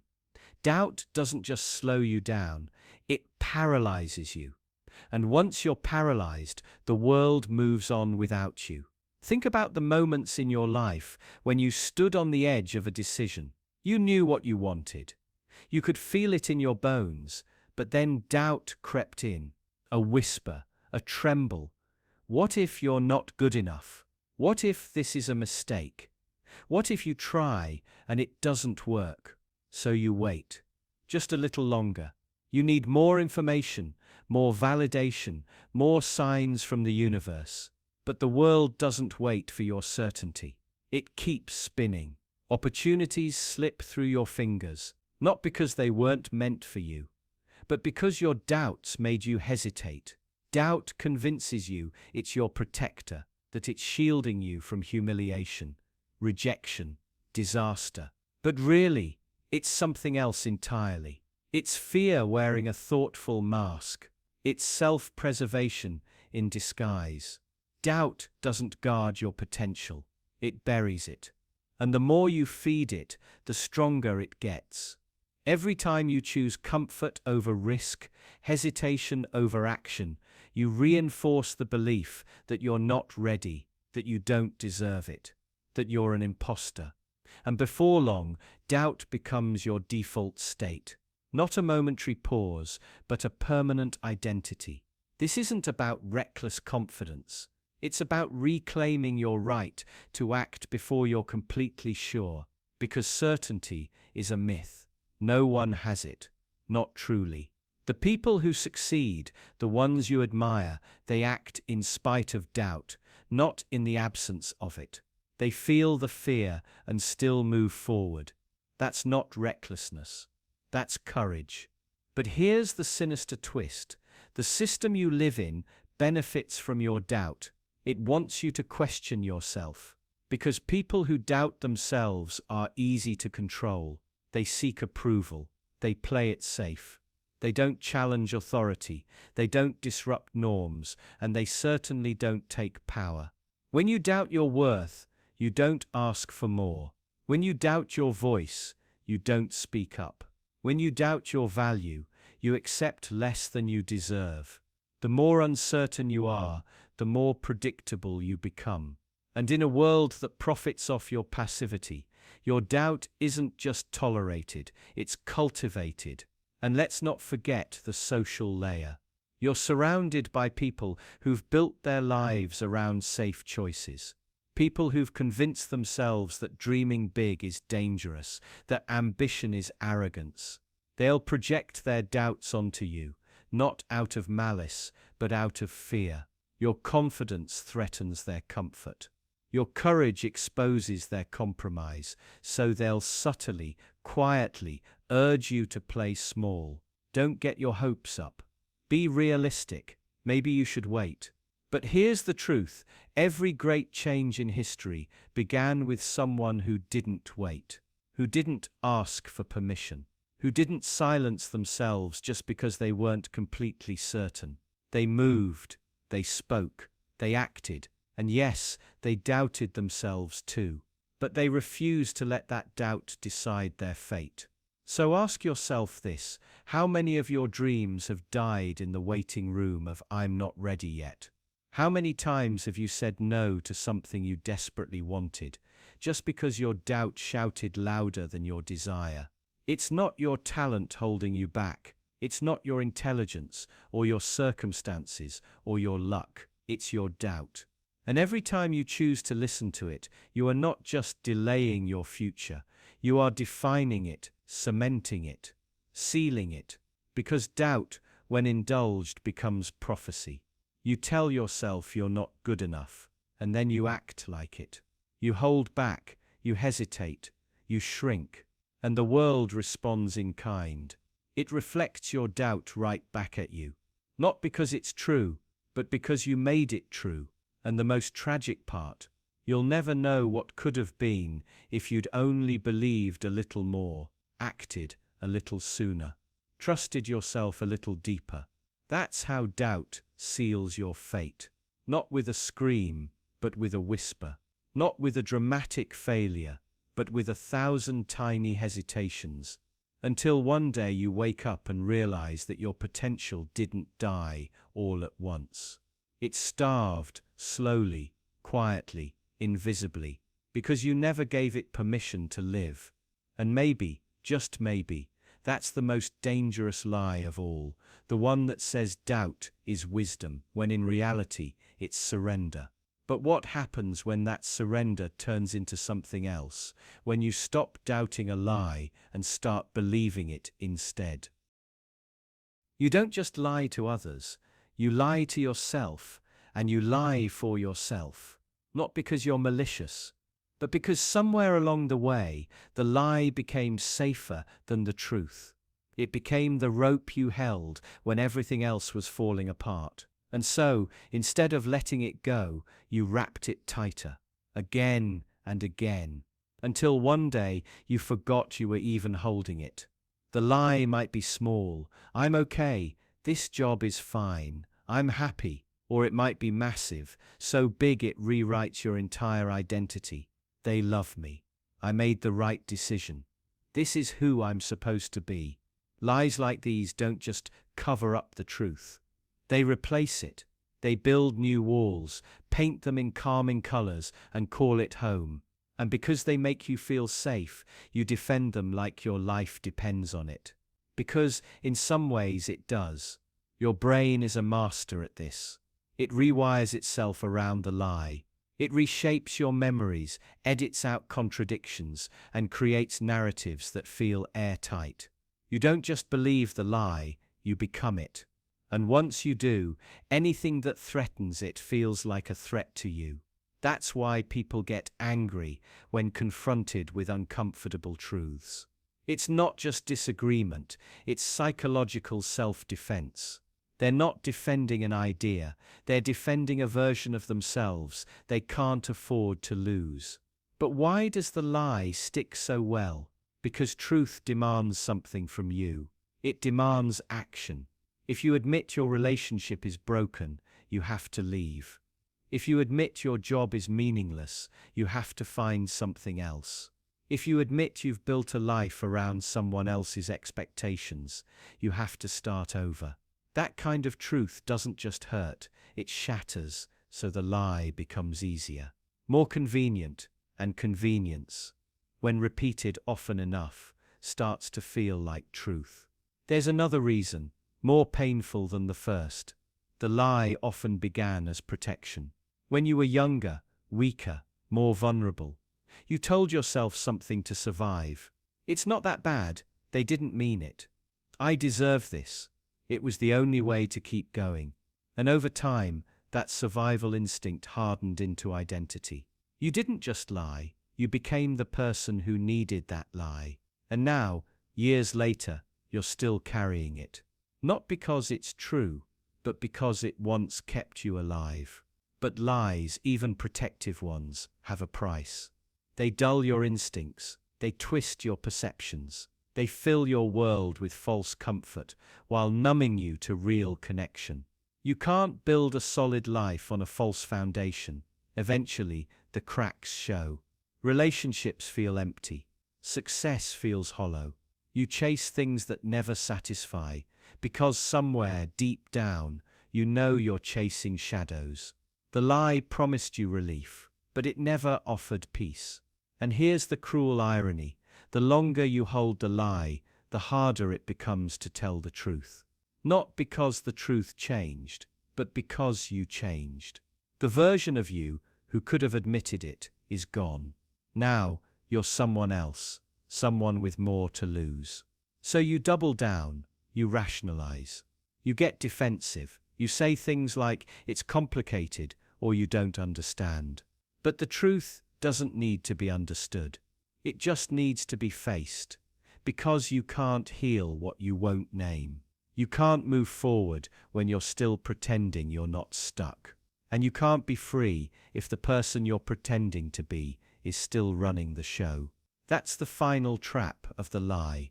It doesn't just hold you back, it makes you betray the real you, over and over again. Until one day, you look in the mirror and realize you don't recognize the person staring back. But here's what you don't hear enough. You can stop. You can choose to say, this isn't true anymore. Not because it was never true, but because it doesn't serve you now. You can mourn the part of you that needed the lie. You can grieve the years spent living inside it. And then you can let it go. Letting go isn't weakness. It's clarity. It's the first moment of real power you've felt in years. And yes, it will hurt. But the pain of truth is sharp and clean. The pain of lies is slow, grinding, and endless.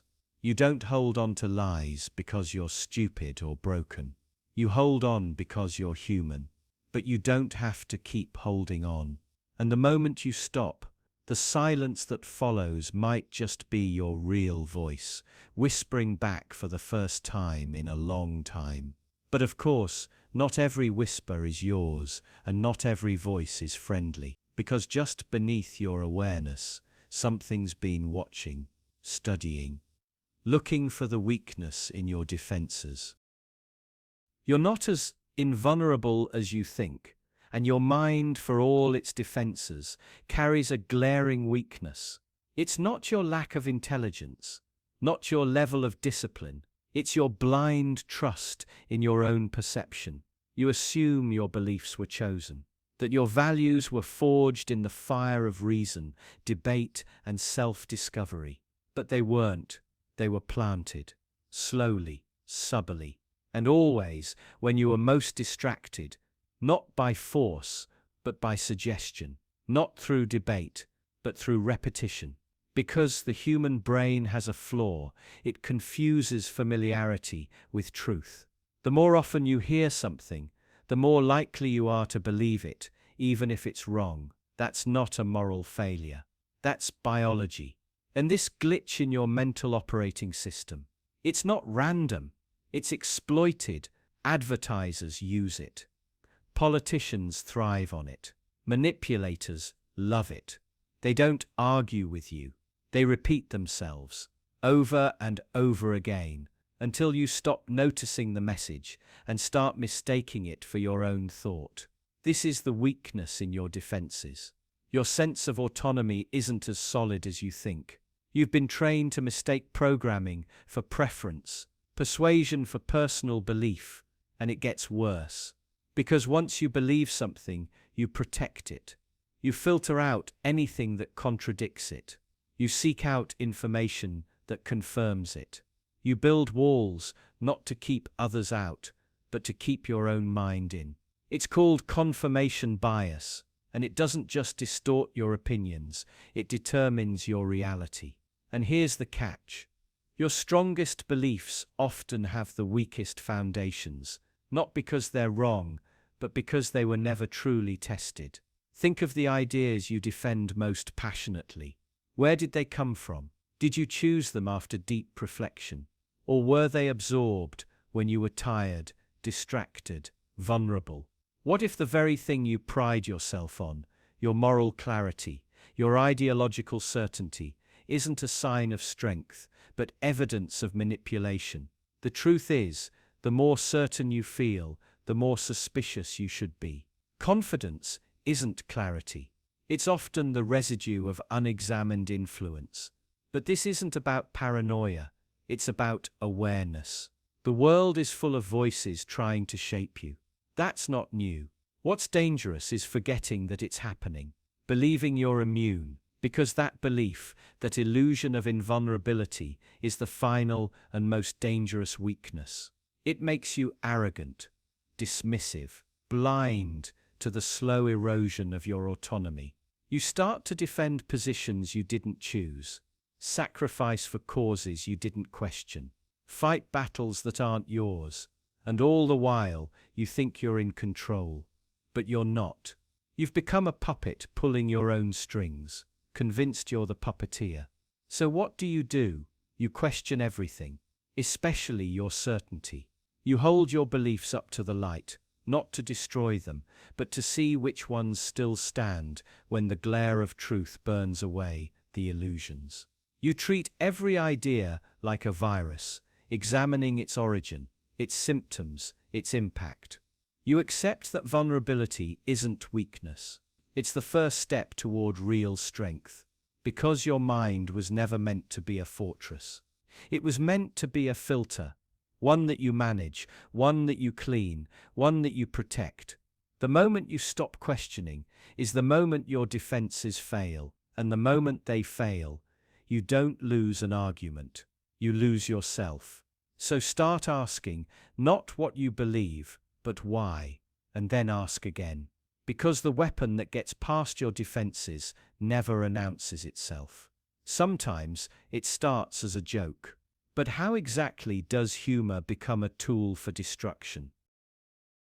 There's a type of joke that doesn't make you laugh. It makes you hesitate.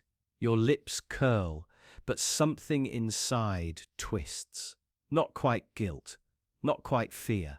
It feels like watching someone slip on ice and wondering if you're allowed to laugh until you realize they hit their head.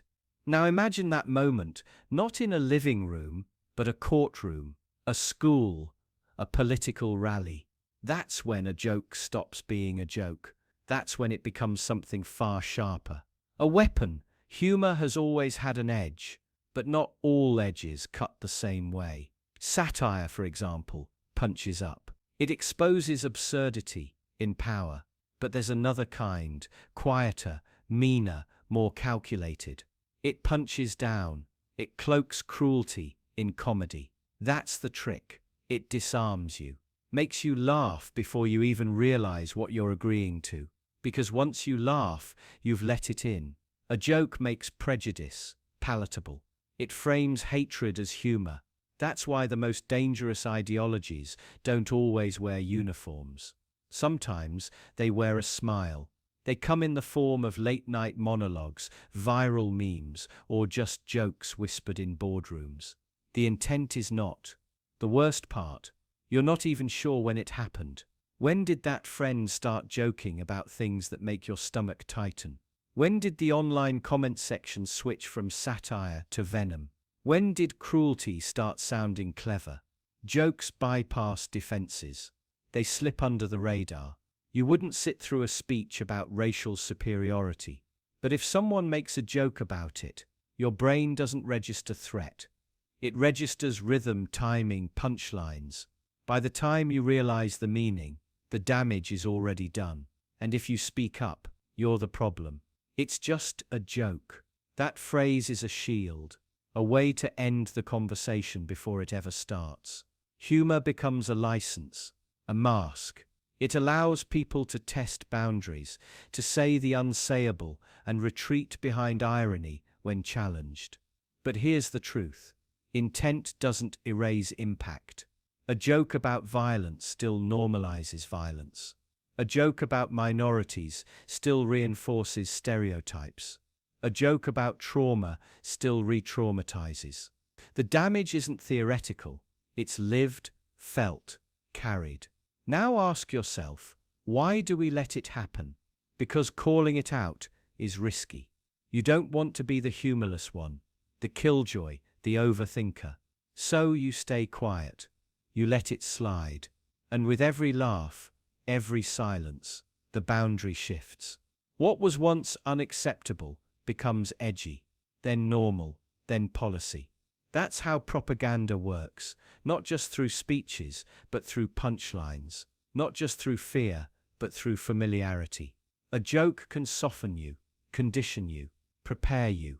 It makes the absurd feel reasonable. It makes the inhumane feel inevitable. Remember, dictators don't start with laws. They start with language. A dictator doesn't need to convince everyone. They just need to normalize cruelty. A few jokes about weakness, about inferiority, about the other. Laughter spreads faster than logic. You can deny a theory. You can't unhear a joke. You can't unfeel the way it made you laugh or the way it made you complicit. But the worst weapon a joke can become, a mirror. Because the moment you laugh at something you know is wrong, something fractures. You realize you're not as immune as you thought. Not as principled, not as clear-headed. You've been infected. The joke got in, and now it's in your mouth too, waiting to be repeated, passed on, sharpened. You don't need a gun to hurt someone. Sometimes all it takes is a punchline. So what do? You stay awake. You listen closely. You notice not just what makes people laugh, but who it hurts. You remember that language is never neutral. That humor is never harmless. That every joke builds something, either a bridge or a blade. Because the line between laughing with someone and laughing at someone isn't just blurry, it's political, it's psychological, and sometimes it's lethal. And if a joke can be used to blind someone to the truth, what else might you be missing? What else might already be hiding in the shadows, right in front of your eyes? Wait until you hear about the blind spots you can't see. What if I told you your mind is playing a game you can't win, and worse, it's hiding the rules from you? You think you see the world clearly. You believe your thoughts are your own, your decisions deliberate. But what if that clarity is just a trick of the light? Not a mirror reflecting truth, but a lens distorting it, shaping what you see, what you ignore, and what you never even realize was missing. These are your blind spots, not just visual ones, psychological blind spots, the parts of yourself you can't observe directly. And the cruel part, the more certain you are that you don't have them, the deeper they control you. Start with confirmation bias. It feels harmless at first. You form a belief, then your brain starts curating reality to fit it, highlighting the agreeable, discarding the contradictory. You think you're gathering evidence, but really you're gathering allies. Your mind is less a jury and more a cheerleading squad. It's not stupidity, it's wiring. Evolution didn't reward accurate thinkers, it rewarded efficient survivors.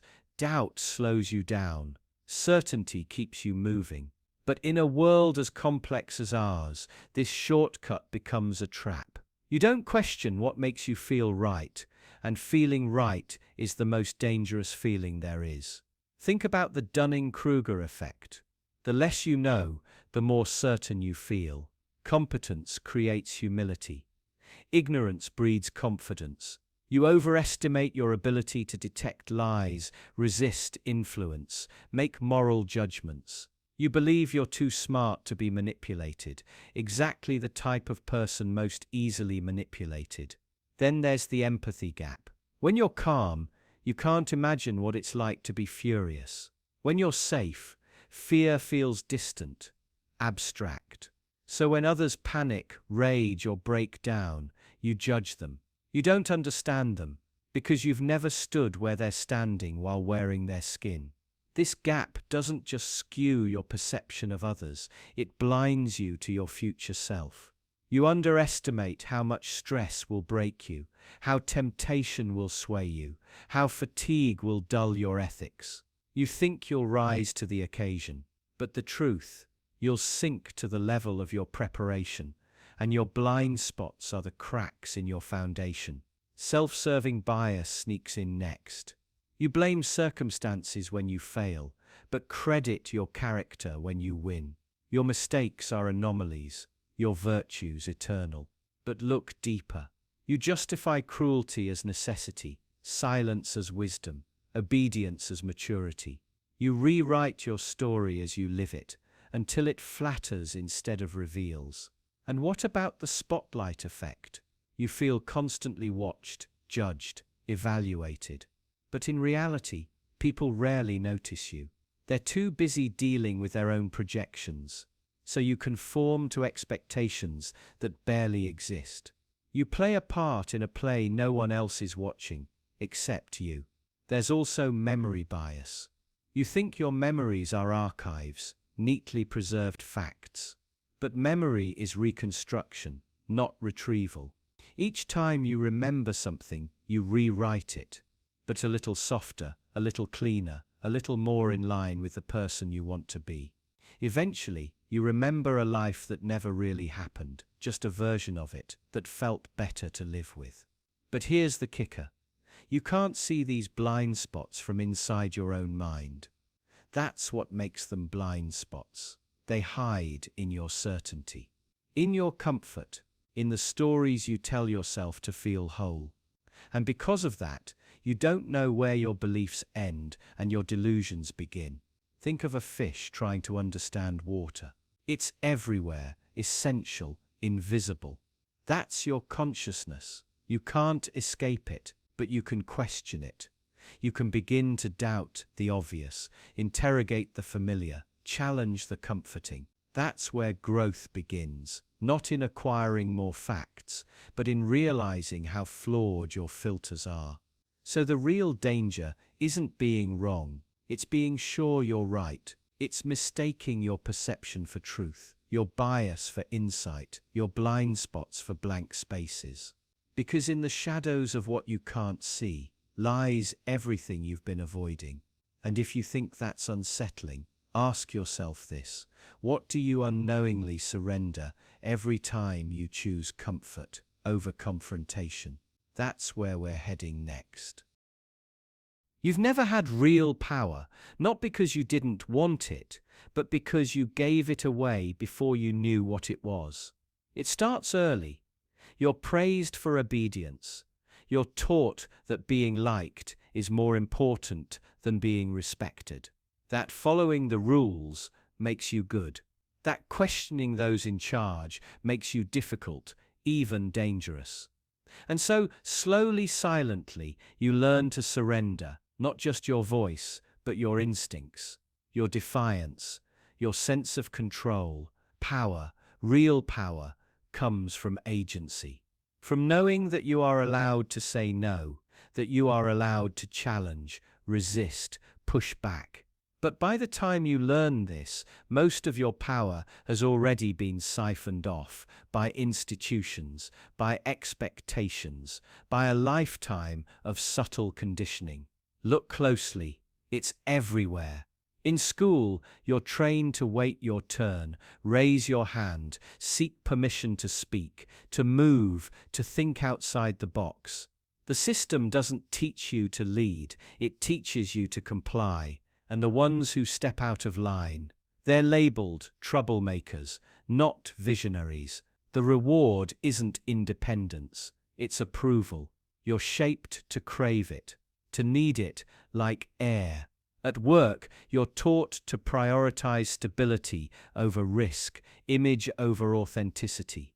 You trade autonomy for security. You play it safe. You take orders. You act grateful for opportunities that demand your silence more than your talent. You start to believe that your power is something you earn from others, not something you were born with. And in relationships, romantic, platonic, familial, the same pattern repeats.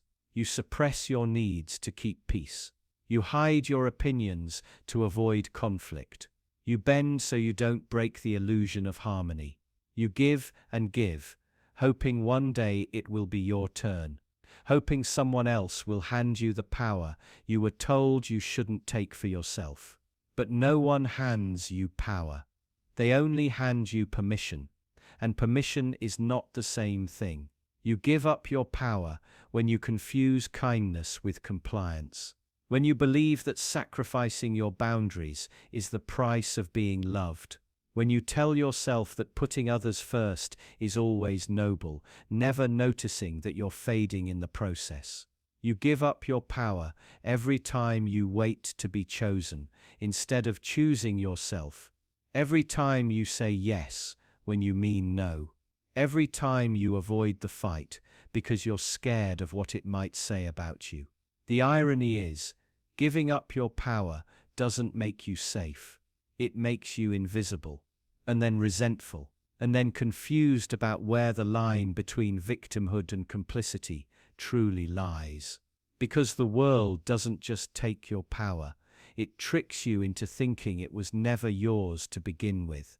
It teaches you that power is something loud, something aggressive, something reserved for the corrupt or cruel. It doesn't show you the quiet kind, the power to walk away, to say what you really mean, to choose discomfort over silence. You were born powerful, not because of your status or your strength or your knowledge, but because you exist, because you think, because you choose. But somewhere along the way, you stopped choosing. You started reacting, adapting, surviving. And the more you adjusted to fit into the boxes that others built for you, the more distant you became from your original self. So here's the truth you don't want to face. No one stole your power. You gave it up. You traded it for belonging, for comfort, for certainty, for the illusion of control under someone else's rules.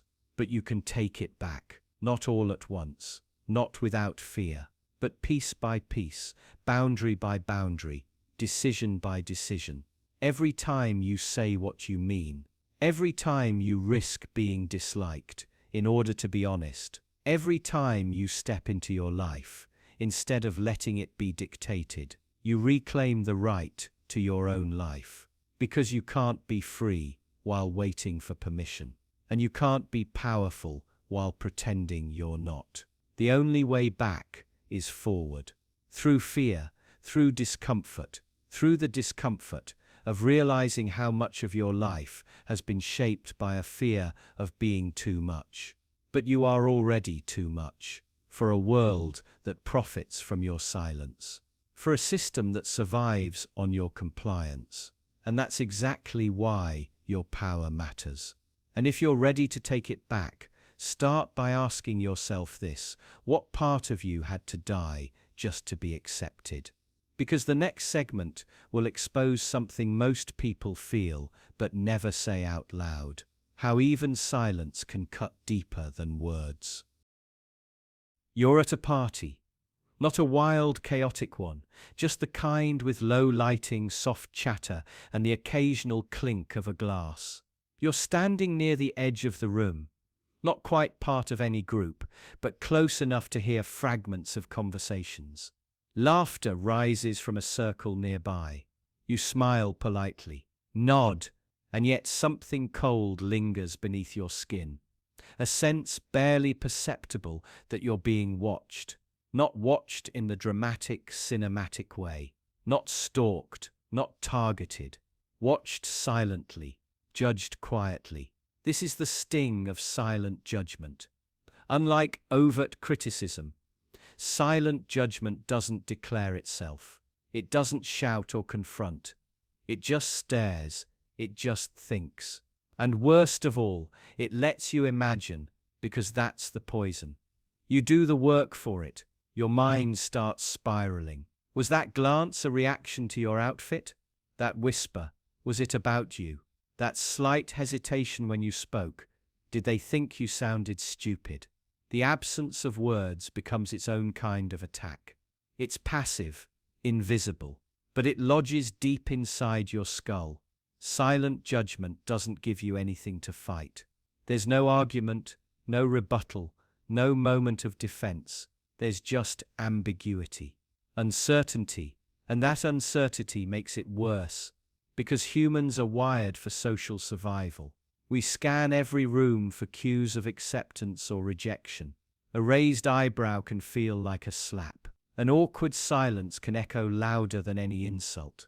We're hypersensitive to social status, to inclusion, to the risk of exile, and silent judgment. It's exile without a verdict. Guilt without evidence. It's a test you didn't know you were taking, with rules you don't understand, being graded by people who never speak. And here's the twist. Sometimes the judgment isn't even real, but it doesn't matter. What matters is that you believe it is, because your brain fills in the blanks. It invents the disapproval. It builds a courtroom in your mind where every look is a verdict and every pause is a punishment. You walk through the world rehearsing your defense against things that were never said. You apologize without accusation. You shrink without attack. Silent judgment weaponizes your own inner critic. It doesn't have to say anything. You do the rest. You turn every quiet moment into a referendum on your worth. And sometimes, yes, it is real. Sometimes people are quietly dissecting you, mentally filing you into categories you'll never escape. Too loud, too quiet, too ambitious, too passive, too much. Not enough. You'll never know for sure. And that's the cruelty of it. The silence becomes a mirror that shows you everything you fear might be true about yourself. But here's what's more disturbing. This judgment doesn't just control you socially, it controls your behavior, your identity, your freedom. It shapes how you dress, how you speak, how much of yourself you're willing to reveal. You edit your personality, not because anyone told you to, but because the possibility of rejection whispers louder than acceptance ever could. And what's even worse, you learn to do it to others. Silently, quietly, without knowing, you become part of the system that sustains the silence, the glance, the pause, the turning away. You pass judgment the same way you fear receiving it. And so the cycle continues. We all live inside rooms of unspoken rules, where approval is vague and disapproval is silent. We tiptoe around imagined landmines, terrified of stepping wrong, not because anyone will yell, but because no one will. Because indifference feels colder than hate. Because silence feels heavier than noise. Because a room that goes quiet when you enter doesn't need to explain itself. You already feel the verdict. But maybe the darkest part of all is this: we internalize the judgment so completely that it starts living inside us. Long after the glances fade and the party ends, we carry the silence. We replicate it. We repeat it in our heads. We censor ourselves. We punish ourselves until we don't need judgment anymore because we've become our own judge, jury, and executioner. And we wonder why we feel so alone. But now, ask yourself this: if silent judgment is so powerful, what happens when approval is quiet too? When praise doesn't shout, but whispers just enough to keep you craving more? That's where it gets even trickier. You crave it, don't you? That warm, affirming glow when someone says you're doing a great job. That sweet high when someone calls you talented, kind, selfless, brilliant. Praise, it sounds like music. But here's the twist. No one talks about that music can be a leash. The moment you learn that praise feels good, your brain starts hunting for it like a drug. Not because you're weak, but because you're human. Praise doesn't just lift your mood, it shapes your identity. It rewires your motivations. It teaches you what to chase, and worse, what to avoid. You think you're being appreciated. What's actually happening is deeper. You're being conditioned. Think about childhood. How many times were you praised not for who you are, but for how well you followed rules, how still you sat, how quiet you were, how much you pleased authority? The praise didn't celebrate you, it trained you. And every time you got that gold star, you learned compliance equals love. Fast forward to adulthood. Now it's not gold stars, it's performance reviews, social media likes, nods of approval in meetings. The same script plays out. You're praised when you align with expectations, when you're efficient, agreeable, predictable. That praise, it's currency. It buys you inclusion, it buys you safety. But it sells something too, your authenticity. And here's the paradox: the more praise you get, the more you fear losing it. Suddenly, you're not living for yourself. You're managing perception, editing your words, contorting your personality to remain praiseworthy. You start policing your own thoughts, asking, will they still like me if I say this? If I do that? If I stop pretending? Praise becomes a prison, wrapped in velvet. It sounds harmless, even healthy. But over time, it creates addicts, people who can't function without external validation. Praise turns you into someone who prioritizes being liked over being real. It seduces you into self-censorship. You begin choosing praise over truth, over courage, over freedom. Look around, watch how people behave when they're praised as good employees, respectable citizens, selfless friends. They stay late. They say yes when they mean no. They smile while slowly unraveling. Why? Because they're terrified of disappointing the very system that feeds them crumbs of approval. Even rebellion gets commodified. Ever notice how the system praises boldness only when it's safe, marketable, palatable? You can be outspoken as long as it's on brand. You can be radical as long as it's popular. The moment your honesty threatens the status quo, the praise dries up. You're labeled difficult, disruptive, problematic. So you tone it down, you shrink. And that's the quiet tragedy. Praise doesn't just encourage certain behaviors, it buries others. Creativity, honesty, risk, dissent, all slowly strangled by the need to remain praiseworthy. But it gets darker, because the most insidious form of praise is the kind that turns you into your own captor. When you start praising yourself not for living authentically, but for surviving inauthentically. I'm proud of how I kept my mouth shut. I'm proud I didn't cause waves. I'm proud I smiled through the pain. That's not pride. That's not pride. That's learned helplessness, wrapped in applause. Praise isn't always a reward. Sometimes it's a muzzle.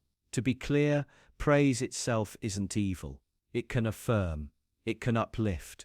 But when it becomes the fuel that drives your choices, you're no longer free. You're performing. You're living someone else's life. So ask yourself, what part of you did you abandon to be praised? What truth did you swallow to stay admired?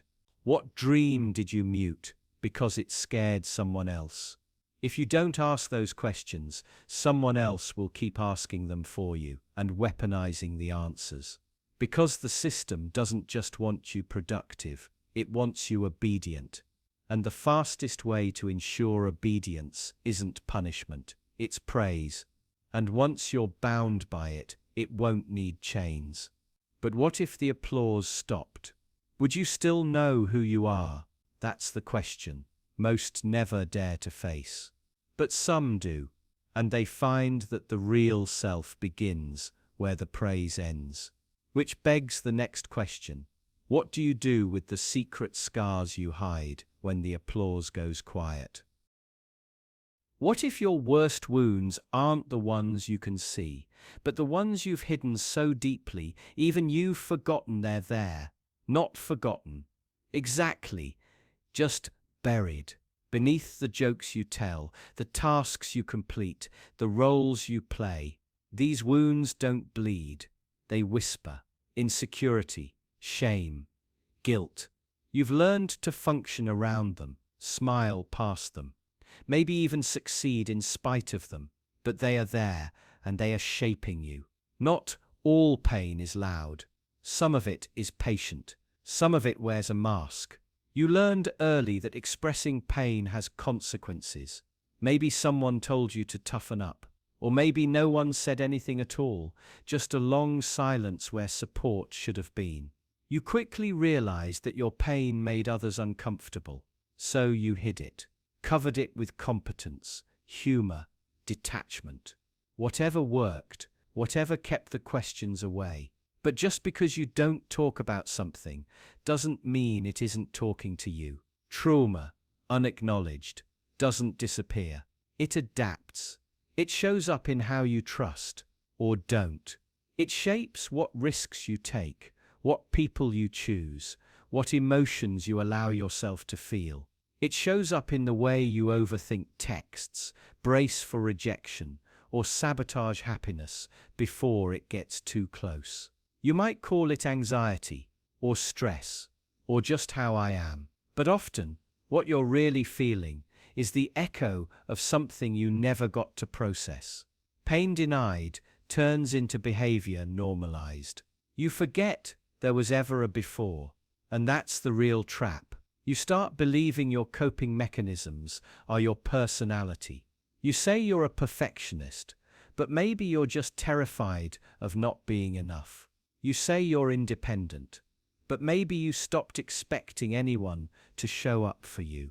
You say you're logical, but maybe emotions became too dangerous to touch. The world rewards this illusion.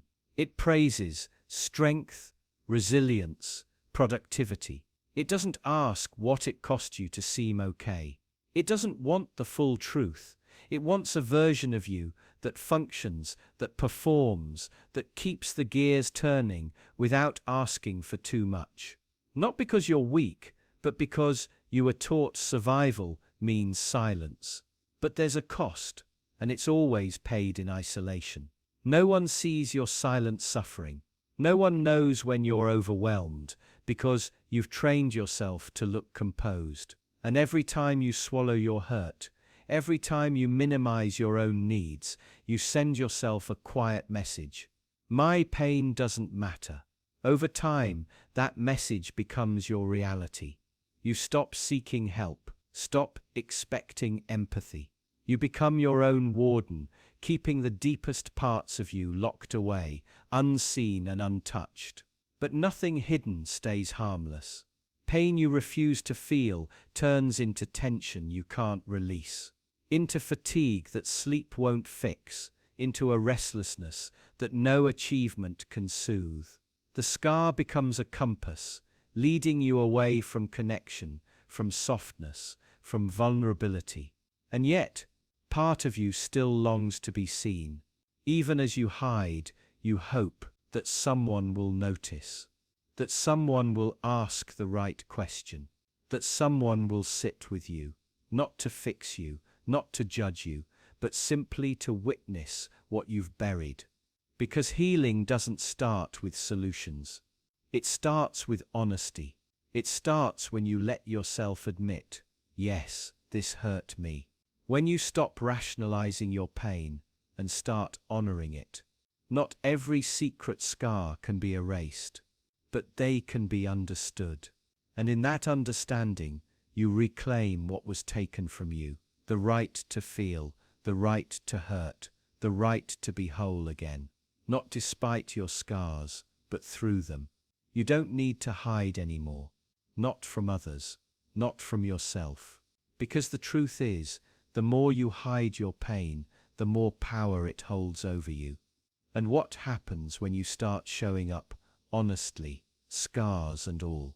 You stop being controlled by what you've buried and start becoming who you really are. But what if the reason you hide isn't just fear? What if it's programming? What if your obedience started long before you ever realized it? You've never really made a decision, have you? Not the kind you think you've made, not the bold, autonomous, free-willed kind. The truth is darker, more invasive. You've been guided, nudged, shaped, manipulated, so subtly that you mistake obedience for choice. From the moment you were born, you were placed on a track, not forced, just gently steered. The language you speak, the food you eat, the things you find beautiful or disgusting, they weren't chosen, they were handed to you. Culture wrapped around your brain like a second skin, embedding preferences before you knew what preference even was. And yet you believe you're free. Here's the trick: real control doesn't need chains. It needs habits, patterns, scripts so familiar you don't even notice them. You choose from a menu that was written for you. You react inside a system designed to shape your reactions, and you call this freedom. But it's not. It's programming. Most of your decisions are echoes of what you've been told, echoes of your parents, your teachers, your idols. Their fears become your hesitations. Their biases become your instincts. Their expectations become your ambitions. And somewhere along the way, your voice gets lost in the chorus. You keep singing, thinking it's your song, but it's not. It never was. This is why you follow. Not because you lack strength or intelligence, but because your mind was never given the chance to be wild. It was trained to obey without ever being told it was obeying. Think of school, not just what you learned, but how you learned it. Sit still, memorize. Don't question. Raise your hand to speak. You're rewarded for compliance, punished for deviation, not brutally, subtly, with grades, praise, approval, and you learned fast, because children are built to adapt, to survive. You gave them your curiosity, and they gave you structure.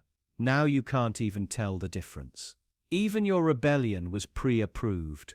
Every counterculture comes with its own uniform, its own slogans, its own boundaries. You think you're resisting, but you're just shifting lanes inside the same highway.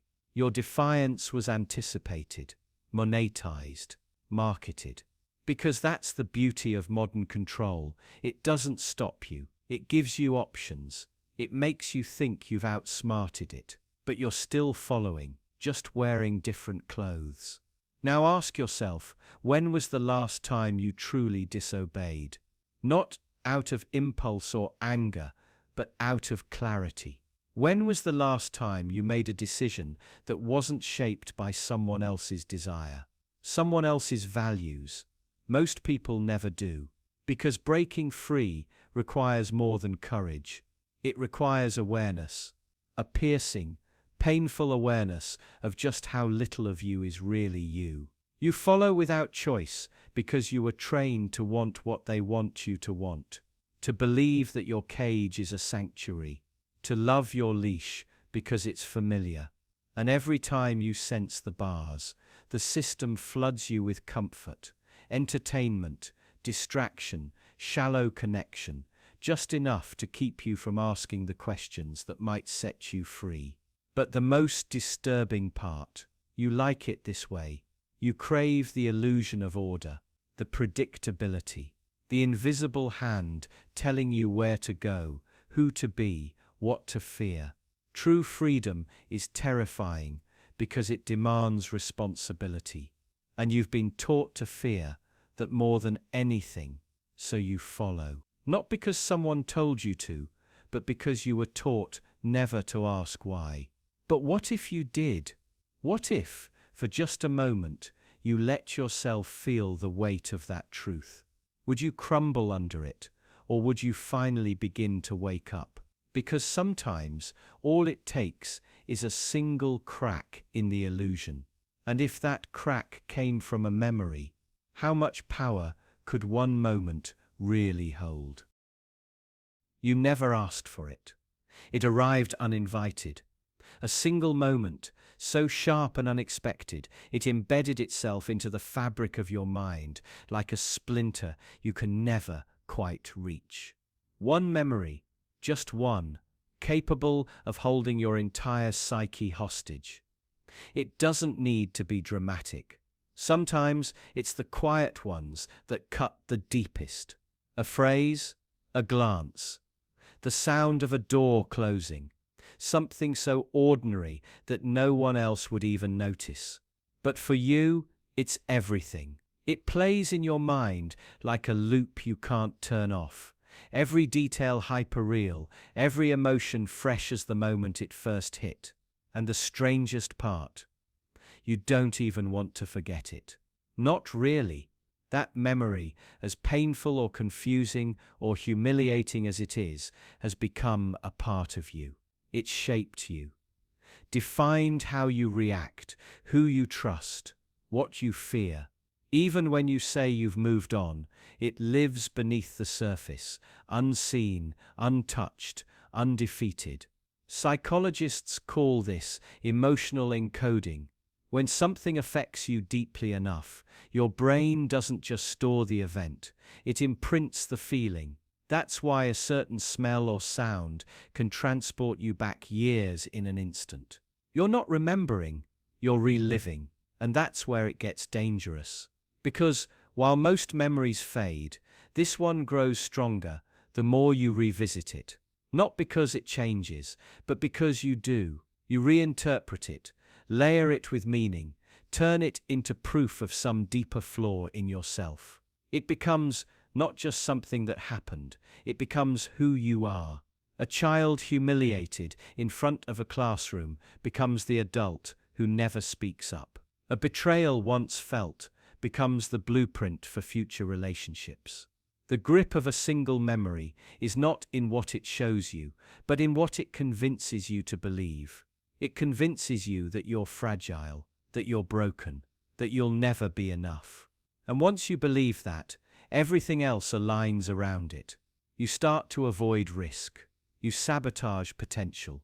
You reject kindness before it can hurt you. Because that one memory has already told you how the story ends. It's not logic, it's conditioning. The brain's attempt to protect itself by predicting pain. So it builds a fortress around that memory, wraps it in layers of behavior, avoidance, defense mechanisms. And before you know it, you're not living your life, you're surviving your memory. This is why therapy often feels like war. Not against the event itself, but against the narrative it created. You can't erase what happened, but you can dismantle what it taught you. And yet, the mind resists. It clings to pain, because pain feels familiar. Pain becomes identity. But here's the twist. The memory that controls you doesn't need to be true. It just needs to feel true. The brain isn't a courtroom, it's a theater. Emotion takes precedence over evidence. And that means the most destructive memories are often distortions, half-truths, or fragments interpreted through fear. You might think, but I know what happened. Do you? Or do you know the version you've told yourself so many times it hardened into truth? This is the sinister brilliance of dark psychology. It doesn't need force to control you. It just needs a moment. One moment, embedded deeply enough, becomes a self-sustaining prison. A prison you reinforce every time you flinch at joy, every time you recoil from trust, every time you play small to avoid getting hurt again. And the worst part? Most people never realize they're doing it. They call it personality. That's just how I am. But how much of who you are is just a reaction to a moment you didn't choose? Think about the relationships you've avoided, the chances you never took, the parts of yourself you've locked away, all in service to one moment, one snapshot of pain, looping endlessly beneath your smile. The grip of a single memory is rarely about what it shows, it's about what it hides. All the versions of you that never got to exist because one version was too scared to let go. But what if you could name it? Not suppress it, not numb it, but truly name it. Drag it into the light, dissect its voice, rewrite its conclusion. That's not easy. It never will be, but it's necessary. Because until you do, you're not choosing your path. You're following a script written by a ghost. A single memory shouldn't have the right to dictate your future. But it will, until you stop letting it. And what if the words you use to describe that memory are exactly what's keeping it alive? What if language itself is your second prison? What if I told you that every time you speak, you build a cage around your own mind? Not a visible one, not one with bars, but a psychological structure, a construct that silently dictates how you live, think, and feel. Because language isn't just a tool for communication. It's a system of constraints, a trap masquerading as clarity. From the moment you're born, you're immersed in words, names, labels, categories. Boy, girl, smart, shy, troublemaker. Each word becomes a frame, and each frame becomes a cell. You grow up not just understanding language, you grow up inside it. It becomes the boundary of your perception. You don't just use words to describe the world, you use them to define it. And in doing so, you limit what you can see. Here's the twist. The brain doesn't distinguish between language and reality. If you tell yourself you're a failure, that you're unlovable, that you're not enough, those aren't just thoughts. They become truths in the architecture of your mind. Words aren't neutral, they're instructions.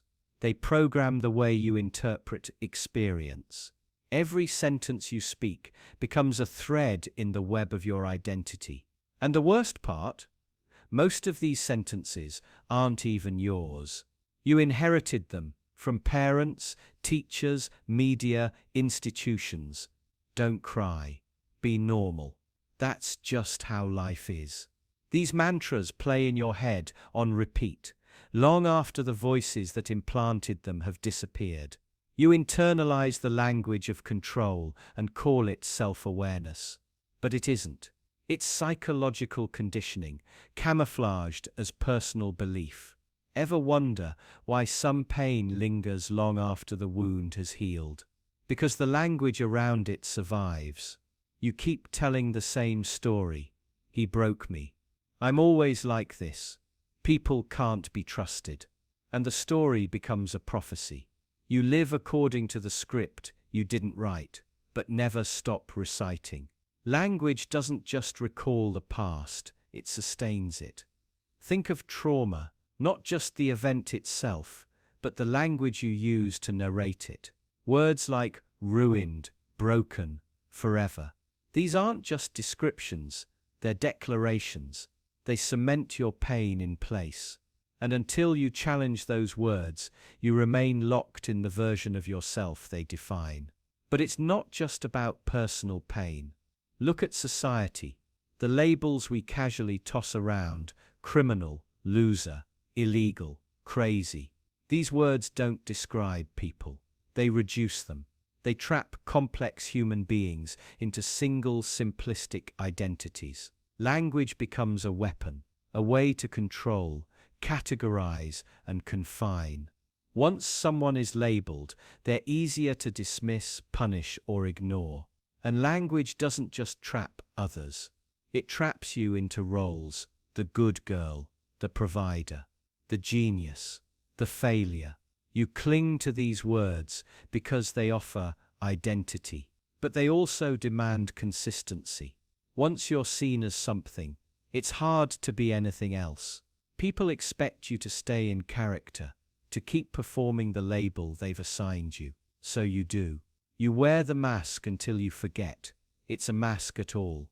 And yet, the most dangerous words aren't the ones others give you. They're the ones you give yourself. Self-talk, the internal narration, the The quiet whisper that says, I can't, I shouldn't, I'm not allowed. These words fence you in from the inside. They don't need bars. They don't need guards. You become both prisoner and warden. So how do you escape? You start by noticing. Listen to your own language. The metaphors you use, the labels you cling to, the rules you recite without knowing where they came from. Ask, who gave me these words? Who benefits if I keep using them? What would happen if I changed the script? Because language is not just a trap, it's also a key. The right words can dissolve old patterns, rewrite identities, set you free. But you have to speak them intentionally. You have to strip away the language that confines and replace it with language that expands. Speak as if your words are spells, because they are. Every sentence builds a reality. Every phrase constructs a world. You can either build a cage or a door. And the next time you find yourself alone with your thoughts, ask, are these even mine? Or just echoes from a story I never chose to believe? But what if the fear of silence, of being alone with those unchosen words, is the very thing keeping you trapped? You walk into an empty room. No noise, no messages, no one expecting you. And for a moment, there's silence. Not just around you, but inside you. It's the kind of silence that makes your skin itch. The kind you instinctively want to run from. But why? Why does being alone feel like something's wrong? It's not the solitude itself that terrifies you. It's what that solitude reveals. Alone, there's no distraction, no mirrors to reflect back a curated image of who you think you are. Just you, raw, unfiltered. With every thought, every regret, every fear rising up from the quiet. Being alone strips away the noise. And with the noise gone, you're forced to face the one person you've spent your whole life avoiding yourself. And you might think, I like being alone. I enjoy my own company. But even in those moments, how much of it is truly alone? Are you scrolling, watching, listening, distracting? Because the kind of aloneness that unsettles you isn't just physical separation, it's psychological exposure, a confrontation with the thoughts you've buried under layers of busyness. You fear being alone not because you're weak, but because deep down you suspect there's something inside you don't want to meet. What if you're not as kind as you pretend to be? What if your confidence is just performance? What if your dreams aren't your own, but expectations inherited from someone else? When you're truly alone, you start hearing those questions. And worse, your answers. Aloneness breaks the spell. It reveals the fragile scaffolding that props up your sense of self. That you are not just a person, but a story you've been telling yourself for years. A story built from approval, validation, roles you've played, and masks you've worn. Without an audience, that story falters. And in the silence, something unsettling whispers. Who am I without them? This fear is old, ancient. In tribal times, aloneness meant death. Abandonment wasn't just painful, it was fatal. The brain evolved to link isolation with danger. That wiring still lives in you. But now, the danger isn't lions or starvation. It's irrelevance, obscurity. The terrifying idea that your life might not matter if no one's watching. Social media exploits this fear brilliantly. Every like, comment, and view becomes a lifeline. Proof that you exist. That someone somewhere sees you. It feels like connection, but it's not. It's dependency masquerading as community. The more you depend on others to confirm your worth, the more unbearable true solitude becomes. And here's where it gets darker. Because if you fear being alone, you're easier to control. You'll say yes when you mean no. You'll stay in relationships that numb you. You'll conform to ideas that don't feel right. Why? Because rejection threatens your illusion of connection, and connection, even toxic, feels safer than facing that void alone. Think about how many times you've agreed just to be liked. How often you've suppressed your truth to avoid silence. The fear of isolation shapes more of your decisions than you realize. It teaches you to perform instead of exist, to please instead of feel. And every performance, every compromise chips away at who you really are. What you most fear, being alone, is the very thing that could save you. In solitude, the performance ends, and something real begins. You start to see the difference between what you want and what you were told to want. You begin to reclaim your voice, not the one crafted to be acceptable, but the one that speaks the truth, even when no one is listening. You discover that your worth isn't fragile. It isn't granted by others. It just is. Aloneness becomes clarity. It becomes strength. But only if you're willing to stay in it long enough to confront what you find. And yes, it will hurt. Truth always does. But in that pain is something rare. Freedom. Because once you can sit in a room with yourself, without reaching for a screen, a person, or a distraction, you become something dangerous. You become someone who no longer fears being unseen. Someone who doesn't beg for validation. Someone who can't be manipulated by the threat of being left out. You fear being alone, not because it's empty, but because it's full of everything you've avoided. But inside that fear is the door to your truest self. And once you open it, once you really meet yourself, you'll never need to fear solitude again. But there's something even more powerful and more dangerous than solitude. And that's the moment when someone uses your fear to make you fold. What happens when you're one push away from surrendering everything you believe? You don't notice the moment it happens. It doesn't arrive like a threat. It arrives like a favor. Someone nudges you, just a little. Not enough to raise alarms, just enough to change your course. It might be an expectation wrapped in politeness, a suggestion from someone you trust, a compromise that feels noble, and you agree because it seems reasonable. You yield, you give in, just once. But yielding becomes a habit faster than you realize. Because the first time you bend, nothing breaks. The world keeps spinning. You get praised for being flexible, for being agreeable, for being the bigger person. And that praise, it feels good. It reinforces the behavior. You learn that peace is earned through surrender, so you do it again and again. Each time it gets easier. Each time the push is smaller, the yield is quicker.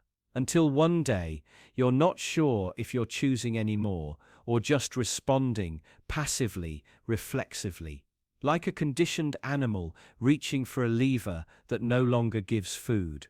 What started as kindness becomes compliance. What started as understanding becomes silence. You yield not because it's right, but because resistance feels wrong. The truth is, the human psyche is remarkably adaptable. It doesn't need force to change. It just needs pressure. Sustained, quiet, polite pressure. The pressure of not wanting to disappoint. The pressure of being seen as kind, as thoughtful, as decent. That's the terrifying brilliance of dark psychology. It doesn't force you to submit. It convinces you that submission is virtue. And soon, your identity is wrapped in your ability to yield.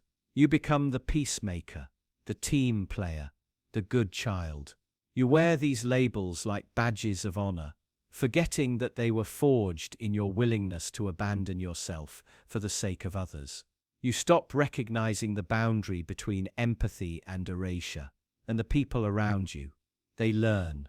They adapt to the version of you that always says yes, always agrees, always lets things go.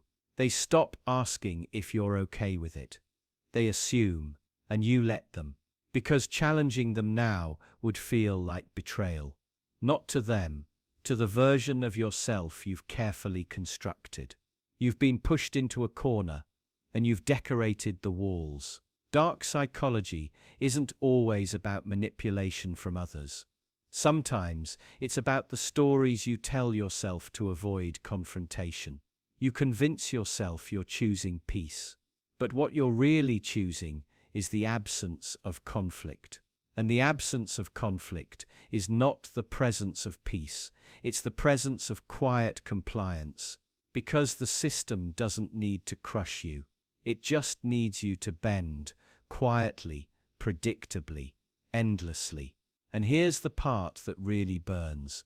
The more you yield, the harder it becomes to stand up. Not because your legs are weak, but because your identity is tied to your ability to give in. Pushing back now feels like defiance, like rebellion, like selfishness. You've been conditioned to fear being difficult. But here's the question that matters. What if the push you keep yielding to isn't coming from others? What if it's coming from inside you? From the voice that whispers, "It's not worth it." From the instinct that says, "Let it go." From the fear that tells you, "Don't make a scene." That voice isn't your intuition, it's your training, and it's been shaped by years of subtle pressure. Because somewhere along the way, you learned that your worth is measured in how little space you take up, in how easy you are to manage, in how quietly you can disappear into someone else's needs. And that learning, that's the real push, the one that rewrites you. So now you face the hardest truth of all. You didn't just yield, you became yield. And the longer you stay in that posture, the more invisible you become, not just to others, but to yourself. You're not selfish for wanting to stand up. You're not cruel for drawing a line. And you're not wrong for wanting to stop yielding. Because there's nothing noble about disappearing. And there's nothing kind about turning yourself into someone else's comfort. So ask yourself this: how much of your life is truly yours? And how much was surrendered in 1,000 tiny moments, one small push at a time? The first step to reclaiming it is seeing that every push wasn't random. It was strategic, psychological, calculated. And the next step is deciding that the next time someone pushes, you won't move. Because what comes next is even more unsettling. What if the system figured out how to buy your kindness before you even knew it was for sale? You're taught to believe your kindness is a virtue, selfless, pure, freely given. But what if that very kindness is being bought, slowly, invisibly, every day? Not with cash, not with contracts, but with praise, validation, status. With tiny psychological reinforcements that teach you, over time, that being kind doesn't just make you good, it makes you safe. It makes you accepted. It makes you wanted. It starts early. You help a classmate, and you're called such a good boy, such a sweet girl. You're rewarded, not just with thanks, but with identity. You begin to see yourself through their eyes, valuable because you're helpful, praiseworthy because you sacrifice. And from that moment, your kindness isn't just an action, it's a performance, a currency. You're kind because you want to be, but you're also kind because it feels good to be seen that way, because people like it. Because they like you. And that's when it happens.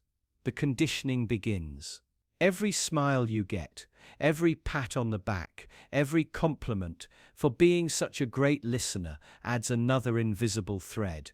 Each time you bend over backward, stretch yourself thin, say yes when you should say no, you're fed another hit of approval. And it feels amazing. It feels like love.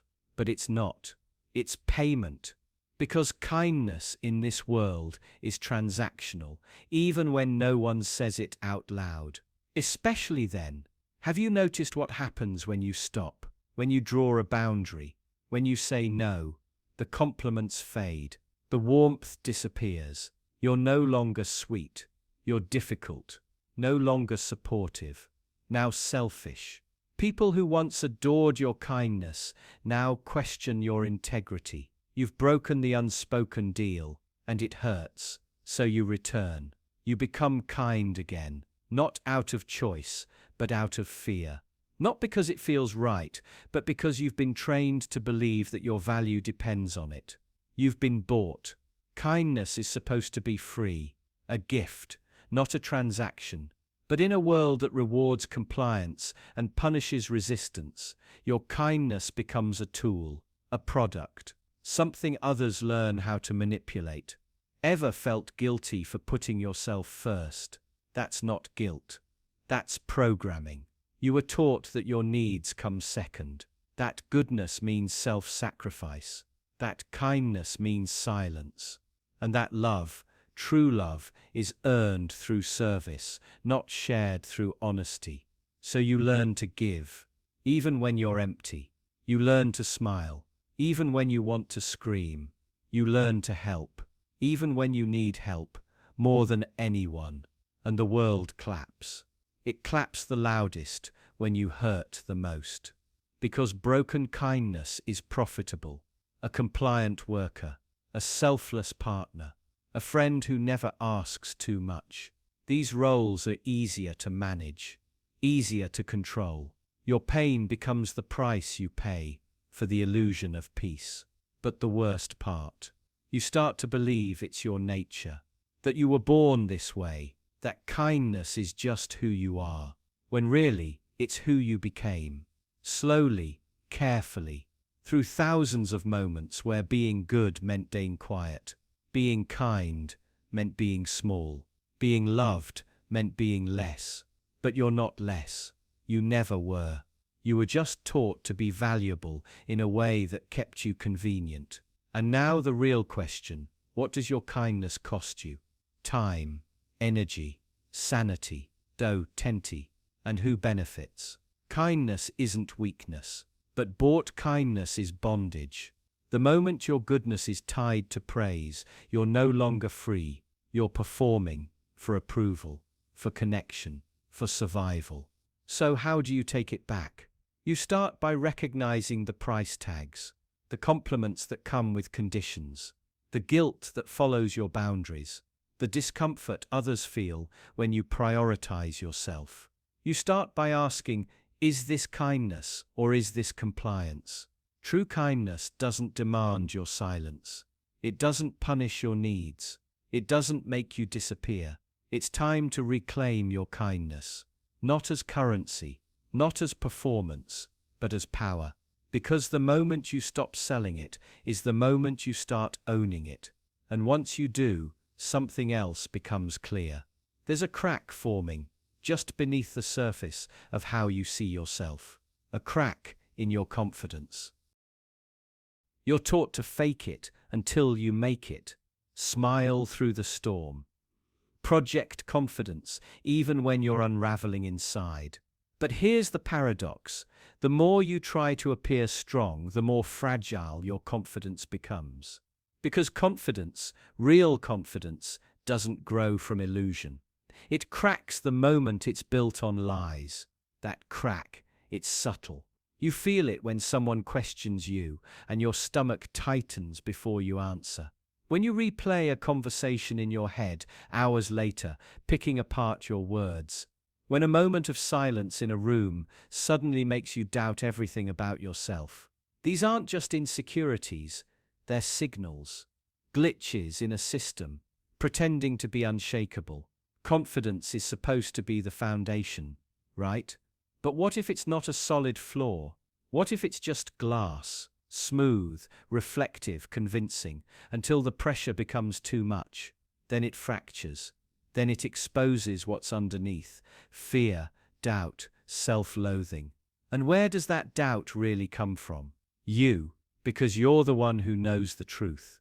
You remember every failure, every mistake, every awkward silence you wished you could erase. You know what your public face hides, how often you procrastinate, how deeply you fear being found out. That's the problem. You're not battling the world, you're battling your own memory, your own judgment.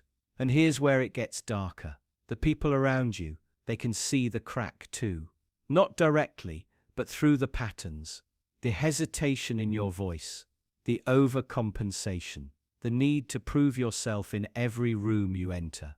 And those who want power over you, they don't attack your strengths. They go for the fracture. They ask subtle questions that make you second guess. They plant compliments laced with comparison. You're doing well for someone your age. You've come far considering. These aren't praise, they're wedges. Sliding deeper into the split, prying it open, making you question whether your confidence is earned or just performed. And it works, because deep down you're already wondering. The system loves this. The more self-doubt you carry, the easier you are to sell to, control, manipulate. Confidence becomes a product. Buy this, wear that, drive this. It'll fix the crack, but it never does.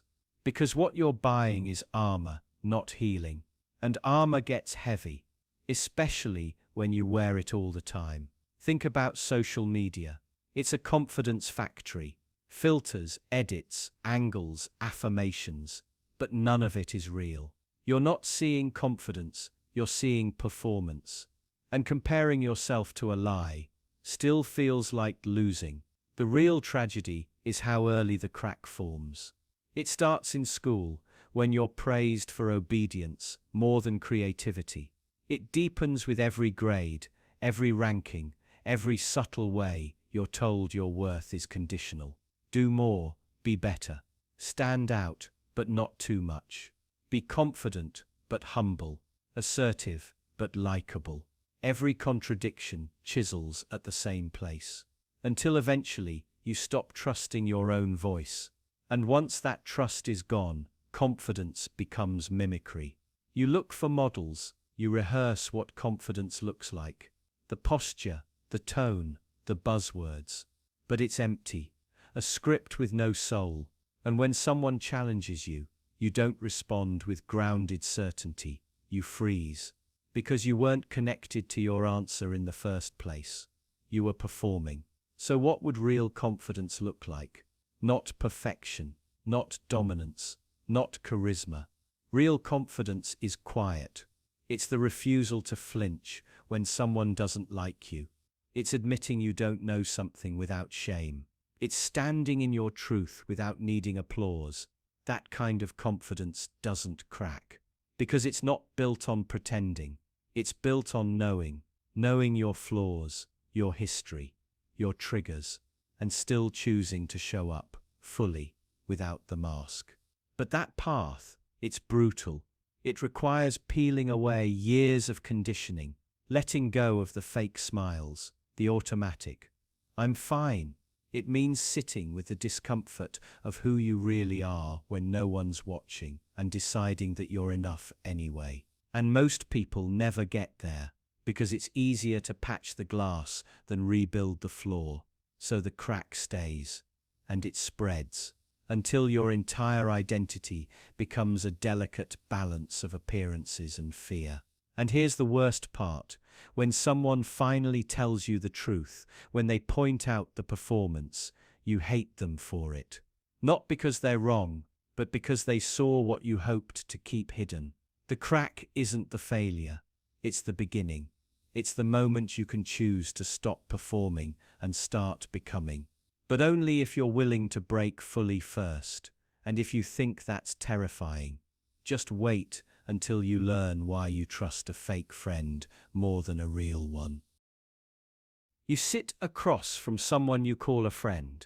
They smile at your jokes, nod when you speak, and say all the right things. You share secrets, memories, pieces of your past you thought were too jagged to show anyone else. And yet, something feels off. Not loud, not obvious. Just a quiet discomfort, like a room that's a few degrees too cold.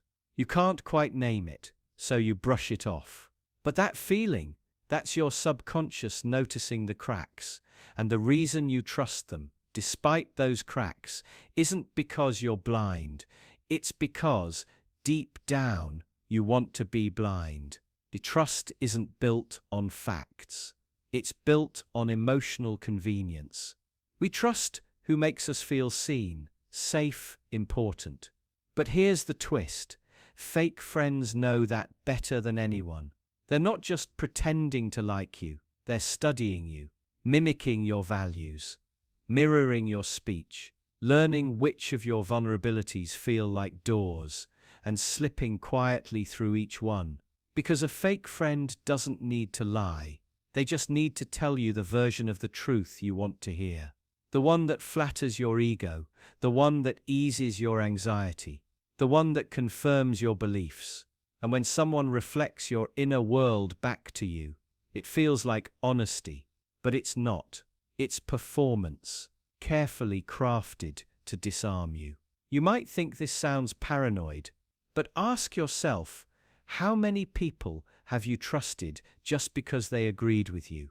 How many relationships felt deep simply because you could vent and they nodded sympathetically? We confuse similarity with sincerity, agreement with authenticity. And in doing so, we make ourselves vulnerable to the most dangerous kind of deception, the kind we welcome. You want to believe the person across from you cares. You want to believe they understand. Because if they don't, that means the hours you spent sharing your fears, your dreams, your most fragile moments meant nothing. And that's a harder truth to swallow than the idea that someone might be lying. So we rewrite the red flags. We explain away the inconsistencies. They're just busy. They didn't mean it like that. They're going through something. We become defense attorneys for someone else's betrayal because the alternative is accepting that we were fooled. And being fooled feels like failure. But here's the kicker. Fake friends don't just manipulate you with kindness. They manipulate you with need. They make you feel necessary, like your support is saving them, like your presence is holding them together. And for someone who wants to feel needed, that's an irresistible trap. You don't just trust them, you feel responsible for them.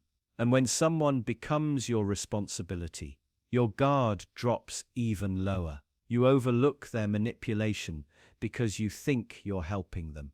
But in reality, they're helping themselves to your time, your energy, your loyalty. You become an emotional resource, a tool for their self-image, and they make sure you feel good about it until you're drained. And when the mask finally slips, because it always does, it's never during a dramatic confrontation. It's in the small betrayals, the forgotten favors, the sharp joke dressed as humor. The moment you need them and they suddenly vanish, it's not always what they do. Sometimes it's what they don't do. When you needed them most and you feel betrayed, yes. But more than that, you feel ashamed. Ashamed that you missed it. Ashamed that you kept giving. Ashamed that you defended them when others warned you. That shame becomes a wall. You don't want to talk about it. So you keep the story to yourself. And in doing so, you protect not just them, but the illusion. Because the truth is, we trust fake friends, not because we're naive, but because we're human. Because we crave connection. Because we believe in the best in others, even when we shouldn't. And that vulnerability, that hope, that need to be understood, that's not weakness, that's your humanity. But it needs to be guarded.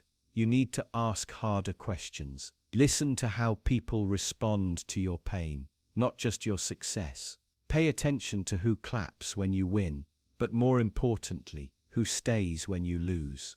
Watch who asks about your wounds and who walks away from the mess. Real friendship is inconvenient.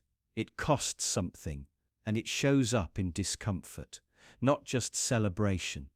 If someone only loves the easy version of you, they don't love you, they love what you give them.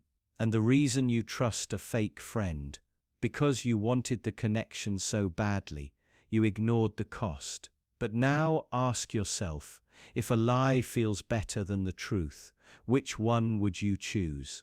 And that leads us into something even darker, when it's not others who trick us, but our own desperate hope that keeps the knife in longer. What if hope isn't always a light in the darkness? What if sometimes it's the thing that keeps you chained to a burning house? Hope is sold as a virtue. It's the backbone of perseverance, the heart of every motivational poster and self-help mantra. You're told to never give up, to keep believing, to hold on just a little longer. And for a while, you do. You grip hope with white knuckles, convinced that the storm will pass, the tide will turn, and everything will make sense in the end. But here's the part no one warns you about. Hope can rot. Hope can become a trap, because hope doesn't always lead you forward. It can also hold you back. It convinces you to stay in toxic relationships, to tolerate abusive jobs, to excuse manipulation and gaslighting, all because things might get better. You tell yourself it's temporary.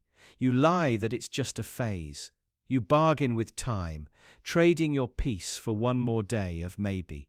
It's subtle at first, that whisper of what if in the back of your mind. What if he changes? What if they finally see your value? What if the next promotion finally brings fulfillment? That whisper becomes a doctrine. You start to live not in the present, but in some imagined future where everything finally clicks. But that future never arrives. It can't, because hope has replaced action. You're not working towards something real. You're waiting for something miraculous. Hope, in its darker form, becomes the excuse that justifies your stagnation. It's the drug that numbs your desperation. The longer you wait, the deeper you sink. And the deeper you sink, the more desperately you cling to the fantasy that this pain has a purpose. You become emotionally invested in your own suffering. You tell yourself it's building character, that endurance is noble. But deep down, you're terrified that if you stop hoping, you'll have to face what's actually true. That he won't change. That they don't care. That this job is draining your soul, and no raise will ever compensate for what it's taken from you. So you keep hoping. And that hope becomes the very thing that drowns you. And here's the terrifying part. Everyone around you will encourage it. Society rewards those who suffer silently, who stay strong even when their world is collapsing. You're praised for your resilience, for your optimism, never realizing those words are just elegant chains, keeping you quiet and compliant. Because hope doesn't just trap individuals, it stabilizes systems. Governments run on hope. Corporations survive because you hope the next raise will be enough. Abusers thrive because you hope their apologies are sincere this time. Hope becomes a weapon used against you by those who benefit from your patience, your silence, your willingness to wait for better days that never come. But hope, when unexamined, can become delusion. And delusion is fertile ground for manipulation. You're not just lied to by others, you lie to yourself. You repeat affirmations you don't believe. You ignore the evidence.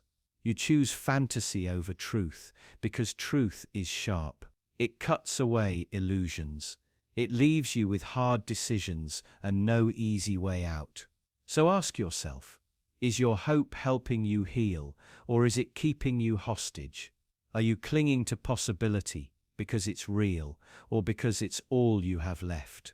There's a kind of freedom that comes not from hoping, but from letting go, from finally accepting the truth, however painful, and using it as a foundation to rebuild. Letting go isn't weakness. It's not quitting. It's choosing yourself over a dream that's been bleeding you dry. Sometimes the most courageous thing you can do isn't to keep hoping, it's to stop, to face the silence that follows, and to find out who you are without the illusion. Because maybe, just maybe, it's not hope that saves you. Maybe it's the moment you stop waiting and start moving. And what if the very thing you've been waiting for was always behind the promise that changed you in the first place? Have you ever made a promise you couldn't break? Because breaking it would break you, not because someone threatened you, not because a contract forced your hand, but because something deeper, something older, tied your identity to your word. Promises are strange like that. They sound light, almost poetic when spoken, but inside your mind they calcify. They wrap around your choices. They shape your future. A promise is just a sentence until it becomes your prison. Think about the last serious promise you made. Maybe it was to a partner, a parent, a child, a friend. Maybe it was to yourself. In that moment, it felt noble, solid. It felt like you were doing the right thing, committing, standing firm, choosing honor over chaos. But did you notice what happened after? How suddenly your options narrowed. How you started shaping your behavior, not around what felt right now, but what you had once said. That's the trap. Promises anchor you in past decisions. They freeze a version of yourself and demand you stay loyal to it, even if you've grown, even if everything else has changed. And the more public the promise, the heavier the chains. You promise to stay in a marriage that quietly kills your spirit. You promise to stick with a job that's slowly grinding you down. You promise to always be the strong one, the dependable one, the one who never asks for help.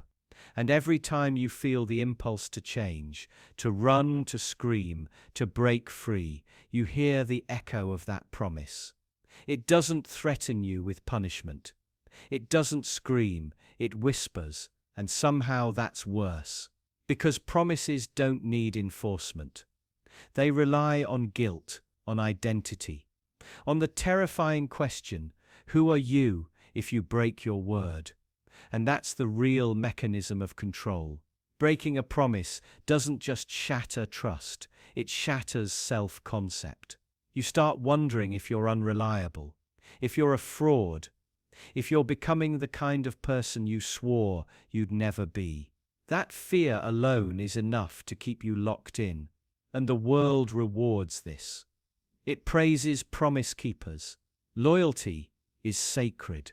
Commitment is virtue, even when that commitment is self-destruction.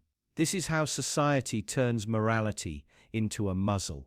We're taught that integrity means consistency, even at the cost of our evolution.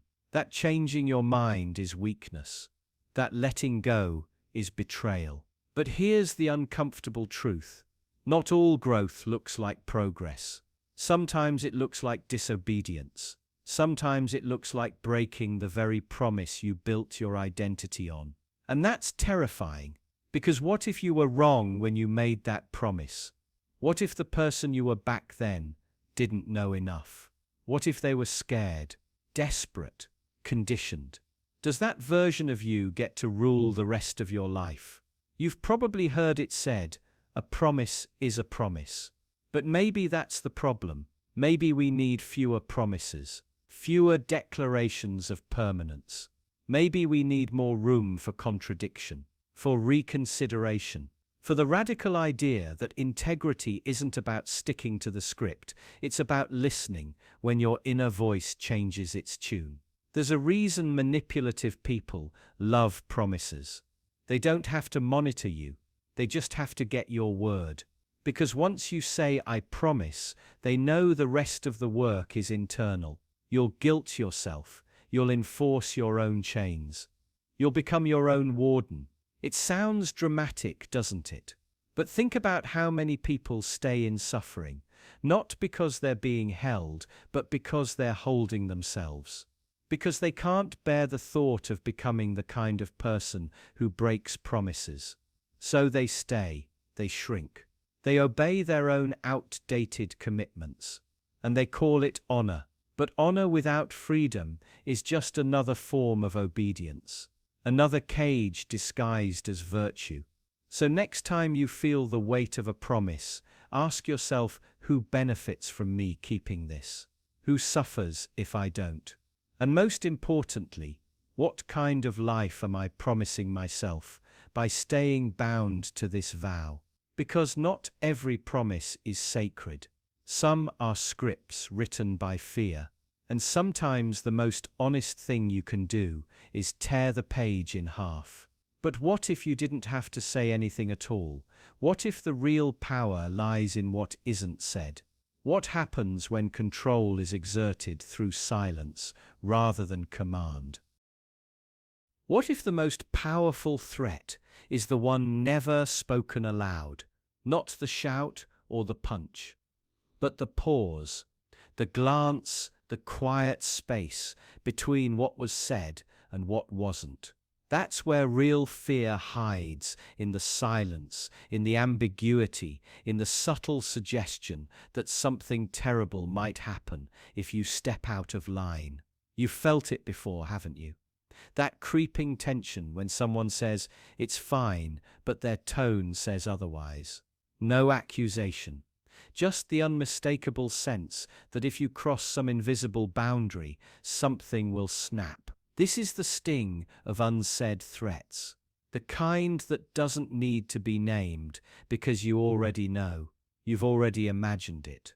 Unlike overt aggression, these threats don't shout, they whisper. And that whisper is louder than any scream because it forces you to fill in the blanks yourself.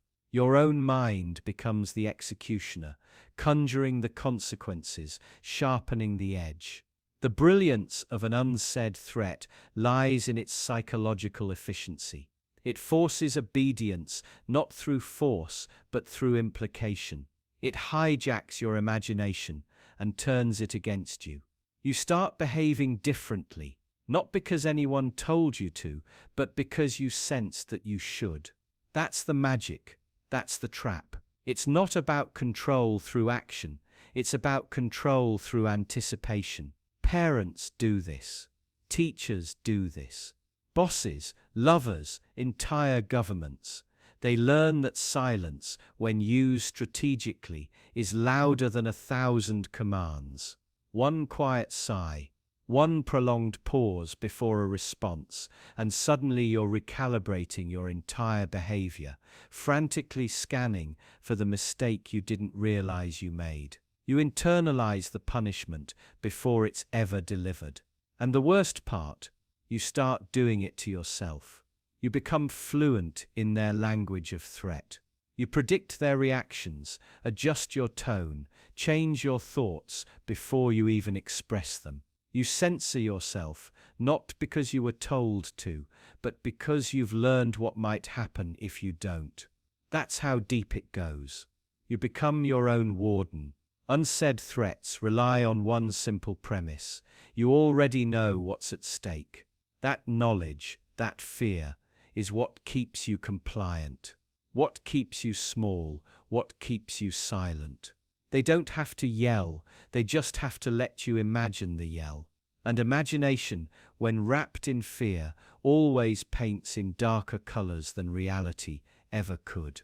Tactic shows up in relationships where one partner never needs to raise their voice because their disappointment speaks louder. In workplaces where job security is never explicitly threatened, but every mistake is followed by a "we'll talk later." In politics where leaders speak in vagueness, but every citizen hears the threat anyway. Be careful, they say. Watch what you say. And you do, because the cost of not doing so feels catastrophic, even if it's never been spelled out. But here's the sinister brilliance. The threat doesn't even need to be real. It only needs to be believable. Once you believe it, Once your nervous system starts flinching at shadows, they've won. Not through action, but through suggestion, through silence.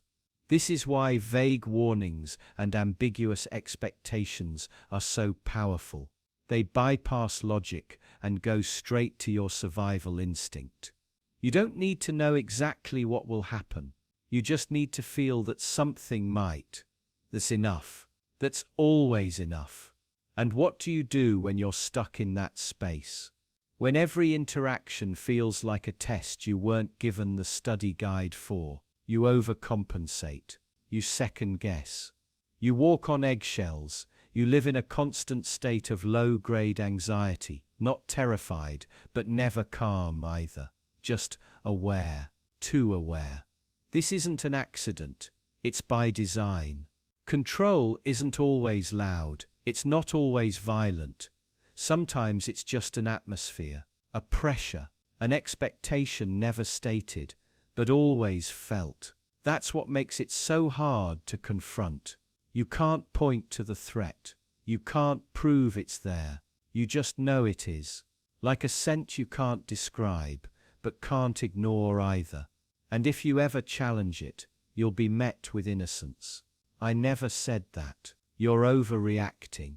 Don't be so sensitive. That's the final twist of the knife. Being gaslit for sensing the threat that was designed for you to sense. So you stay quiet, you stay small, you stay safe. But is it really safety, or just the illusion of it? Because when your mind is occupied with decoding silence, when you spend your energy tiptoeing around landmines that might not even exist, you lose something. You lose clarity, confidence, autonomy.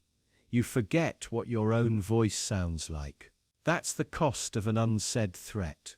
Not the pain of what's done, but the erosion of who you are when you're constantly preparing for what might be.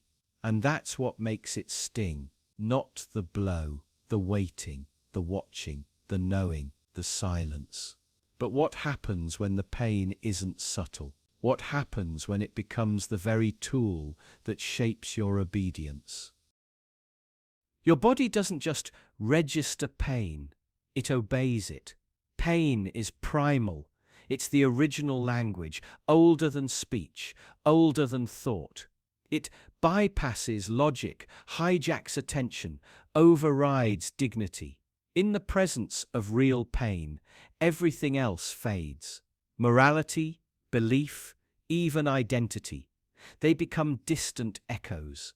Pain demands one thing only: submission. Imagine your hand resting on a hot stove. You don't reason through your response. You don't ask what's happening or calculate the damage. You move instantly, desperately. Your body doesn't wait for your permission. It acts. That's the level of obedience.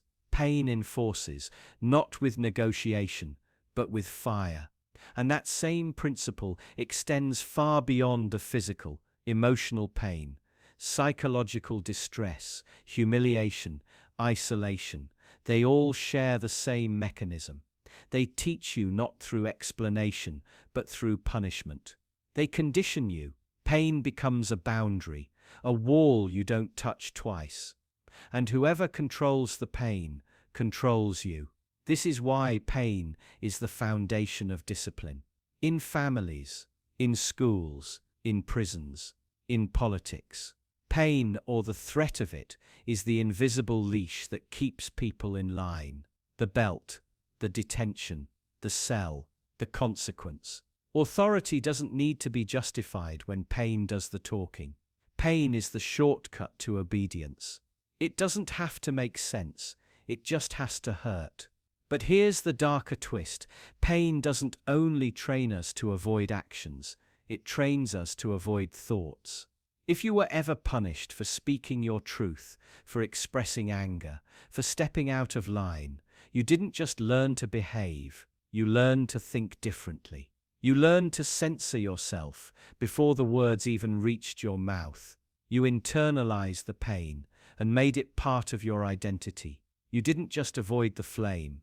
You convinced yourself the heat was your fault. And that's how pain becomes a tool of transformation. It doesn't just stop behavior, it rewrites belief. Consider how cults break people down. Isolation, sleep deprivation, public shaming. Pain isn't an accident, it's the point.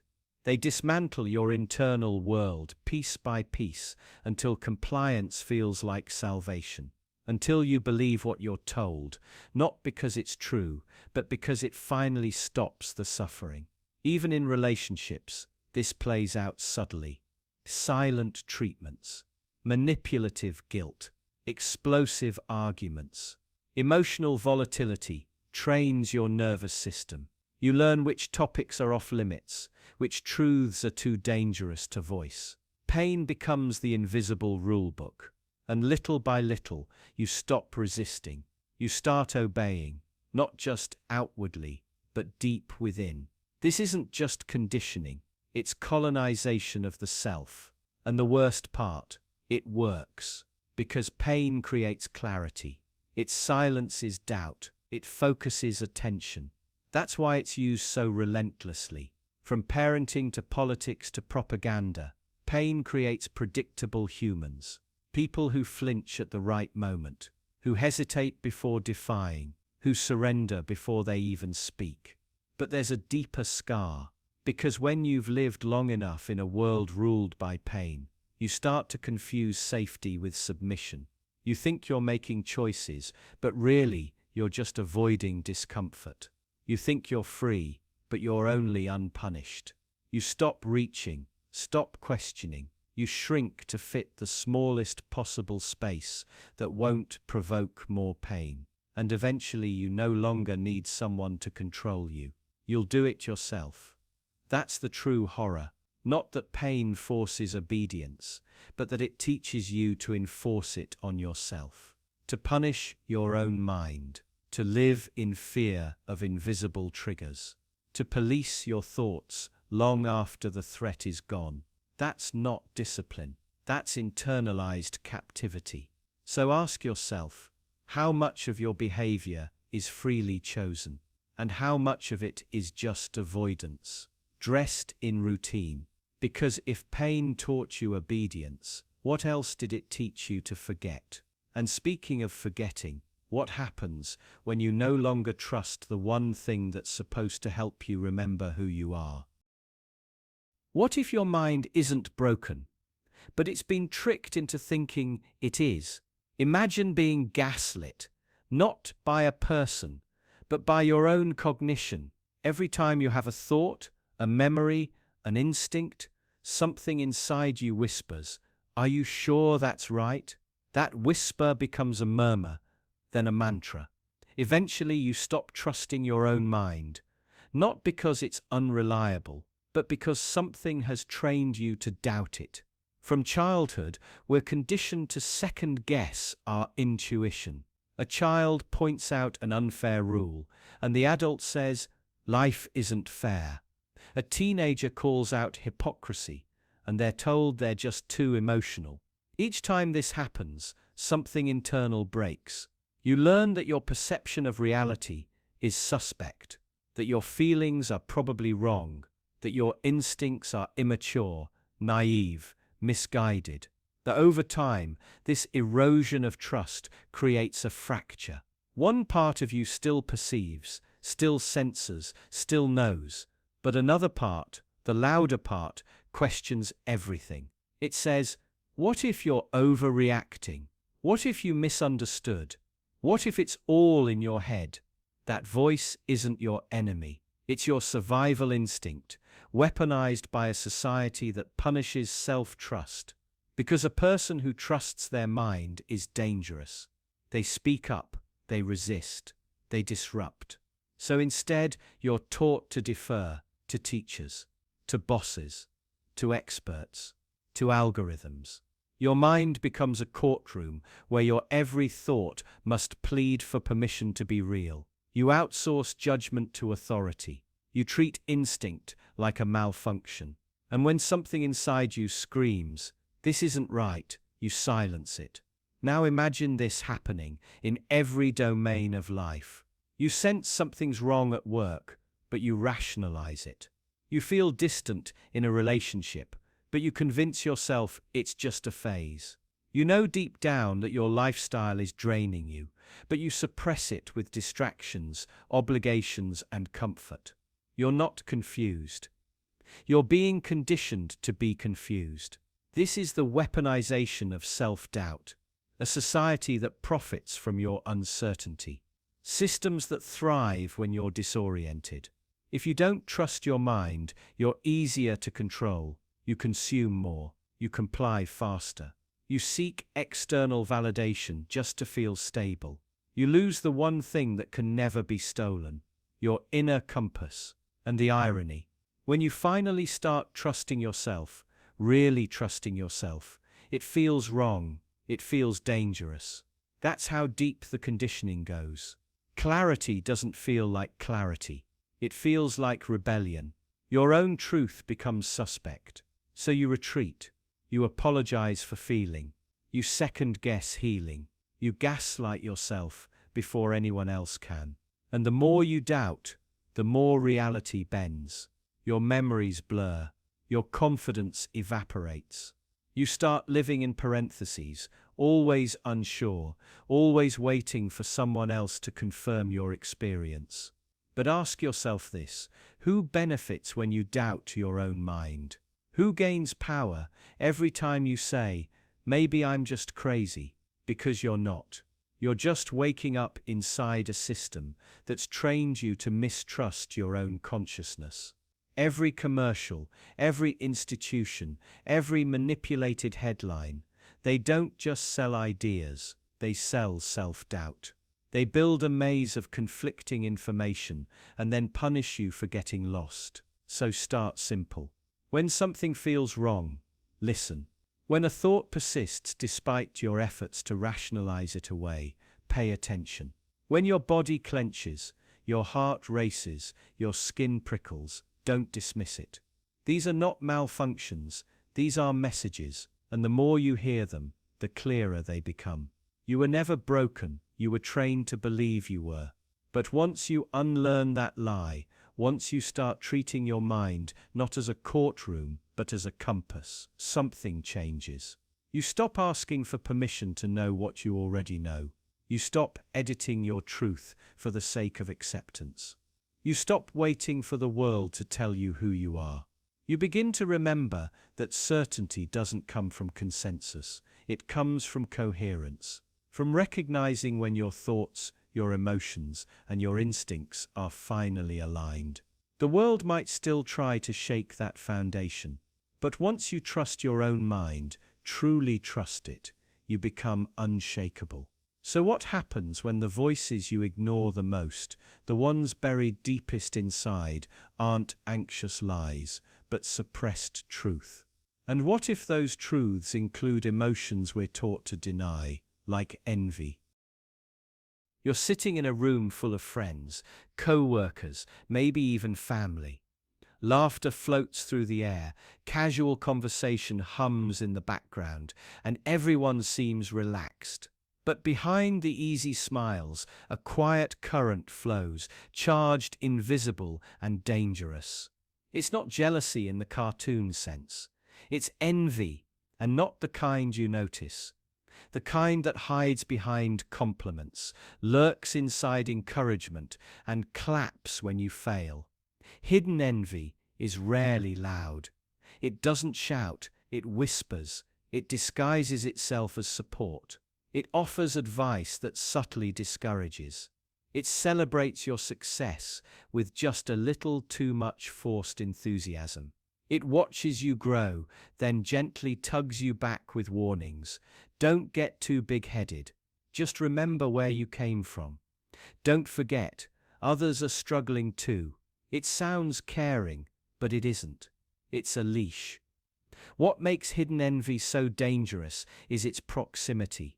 Enemies are easy to identify. Competitors are expected to resent you. But envy often comes from those closest to you, those who are supposed to be happy for your wins.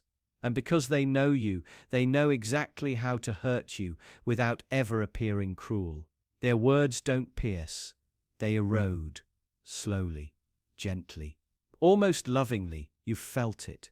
That strange discomfort after sharing good news, that cold undertone behind the warm congratulations, that pause before a compliment, as if they're choosing their words not to praise you, but to disguise something else. We want to believe people celebrate us purely, that our growth is met with honest joy, but the truth is darker. Sometimes your success reminds others of their stagnation. Your ambition highlights their compromise. Your risk exposes their caution. And in that moment, envy is born, not because they hate you, but because they hate what you make them feel about themselves. Hidden envy rarely attacks head-on. It sabotages from the side. It encourages safety when you need risk. It doubts you just enough to plant hesitation. It offers friendship that feels strangely conditional, generous when you struggle, distant when you rise. It's the person who helps you just enough to say they care, but never enough to see you soar beyond them. It disguises itself as protection. I just don't want you to get hurt. I'm only saying this because I care. But the timing is always suspect. The concern always comes when you're on the edge of something bigger. When you're about to break free from a pattern they're still trapped in. You begin to internalize it. You second-guess your instincts. You shrink a little when you speak. You downplay your success to avoid discomfort. You laugh along when they tease you, even when it cuts deeper than they let on. That's the force of hidden envy. Not just the emotion, but its impact. The way it shapes your decisions, modifies your behavior, tethers your potential to someone else's insecurity. And here's the twisted part. They might not even know they're doing it. Envy doesn't always live in conscious thought. It often grows in the shadows of unacknowledged regret. The colleague who wanted to pursue art, but never did. The friend who once had your dream and gave it up. The sibling who watched you become what they were, too afraid to attempt. They may love you deeply, but part of them resents that you didn't settle, that you dared. So how do you protect yourself? Not by confrontation. Hidden envy thrives on denial. If you name it, it vanishes behind hurt feelings and defensiveness. Instead, you protect yourself by recognizing patterns. Pay attention to how people respond to your joy. Watch who withdraws when you rise. Who jokes too often at your expense. Who never asks deeper questions about your goals, your passions, your drive. Then reclaim your space. You don't owe anyone a smaller version of yourself to make them comfortable. You don't need to soften your ambition or downplay your vision. Success is not a betrayal. Growth is not arrogance. You're not selfish for wanting more. You're simply awake. Most of all, understand this. You are not responsible for someone else's envy. You didn't cause it. You triggered it. That's different. What you stirred was already there, buried beneath layers of politeness and pretense. Your light didn't create their darkness. It just made it impossible to ignore. And the ones who truly love you, they'll feel that envy too, but they'll own it, they'll wrestle with it, and then they'll cheer you on anyway. Because the mark of real support isn't the absence of envy, it's the ability to rise above it. So keep going. Let their envy speak. Let it reveal itself. Then, let it go. You're not here to shrink. You're here to shine. But what if the very thing that makes you feel protected is actually holding you back? You've been told that shame is weakness, a flaw, something to be hidden, medicated, or overcome. But what if that's not entirely true? What if, for some people, shame is the only thing that ever made them feel safe? Shame, unlike guilt, doesn't whisper you did something bad. It screams, you are something bad. It clings to your identity, wraps itself around your self-image, and whispers lies that eventually become indistinguishable from truth. But in that very distortion, it builds something unexpected. Not freedom, not healing, but armor. This armor doesn't look like confidence. It looks like withdrawal, silence, hypervigilance. It's the voice in your head telling you not to speak up because you'll sound stupid. It's the tightening in your chest when someone gets too close. It's the compulsive need to apologize, to avoid eye contact, to take up less space. But under all of that is control. Shame offers the illusion that if you punish yourself enough, maybe no one else will. Because that's what the armor is for, isn't it? Protection. Shame tells you, if I'm already broken, no one can break me. It creates a boundary between you and rejection, between you and vulnerability, between you and the unbearable risk of being seen and not accepted. You wear it to survive, even if it hurts. And paradoxically, shame feels honest. It feels like truth. You start to believe it's your most accurate mirror, that no praise is real, but every criticism is gospel. That if someone compliments you, they're mistaken. But if someone criticizes you, they see the real you. In this way, shame becomes your lens for reality, and the armor grows thicker. Here's where it gets darker. The world doesn't fight this armor, it rewards it. Society loves the quietly compliant, the self-critical, the people who shrink themselves so others feel tall. If you doubt your worth, you become easier to control, less likely to rebel, less likely to ask for more. Your shame makes you the perfect employee, the ideal citizen, the silent friend. It makes you predictable, and that predictability is safety for everyone but you.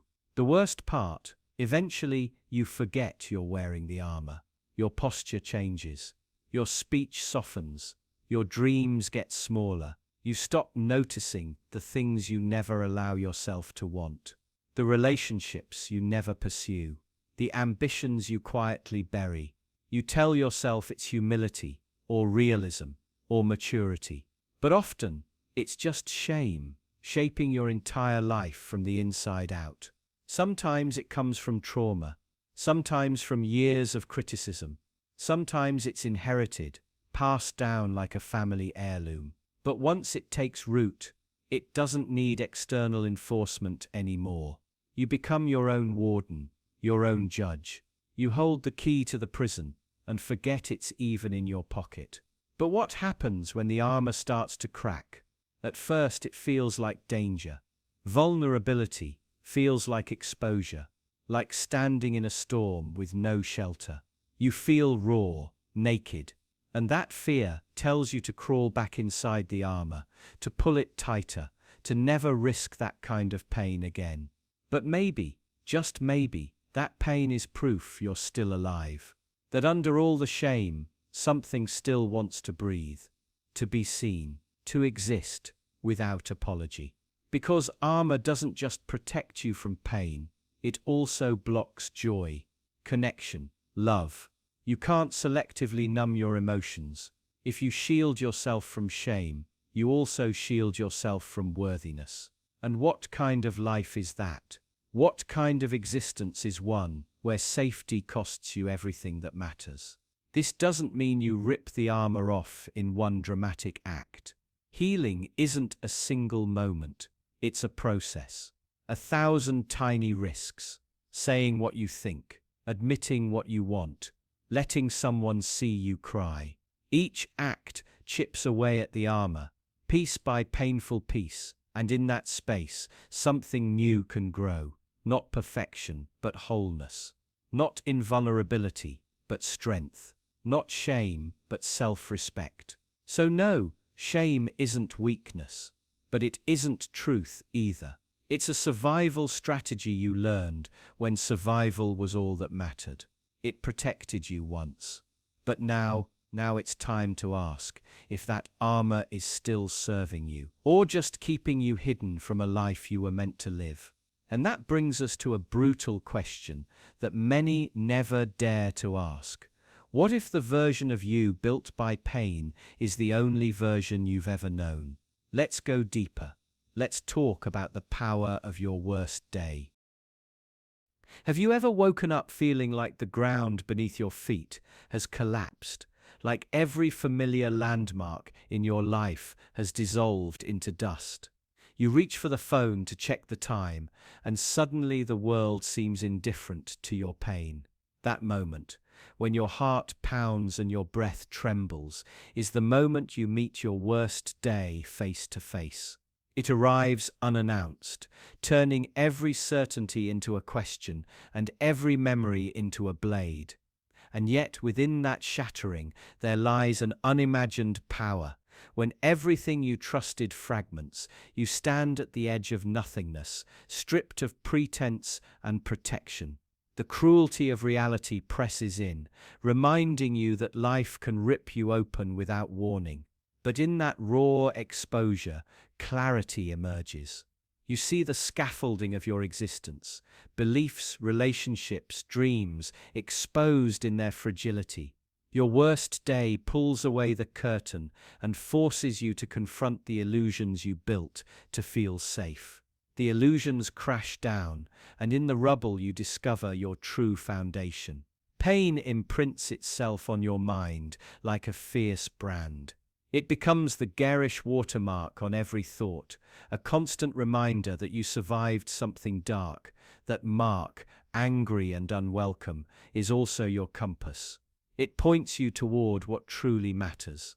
When you feel lost again, you can trace your steps back to that scar and remember what you fought to keep your integrity, your love, your very will to live. What once seemed like a curse now becomes a guide, leading you away from what is trivial toward what is essential. The moment when despair threatens to claim you is also the moment when rebellion flickers to life. Every tear you shed, every scream you utter in the silence of night fuels an unexpected resolve. Suffering becomes the unexpected catalyst for change, igniting instincts you never knew you had. It charges you with an energy that pulses beneath your skin, daring you to rise. That energy is a silent promise that you will not remain a victim. It is the heartbeat of someone determined to shape a new destiny from the ashes. You may try to ignore that day, to lock it away in the darkest corner of your mind, but it will not stay hidden. It follows you in reflections, in the tremor of your voice, in the way you brace yourself for every new dawn.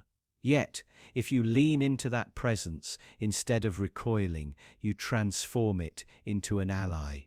That shadow becomes a keeper of secrets. Your greatest fears, your deepest regrets, your unspoken truths. And by acknowledging it, you harness it. You turn your most painful memories into a source of insight and strength.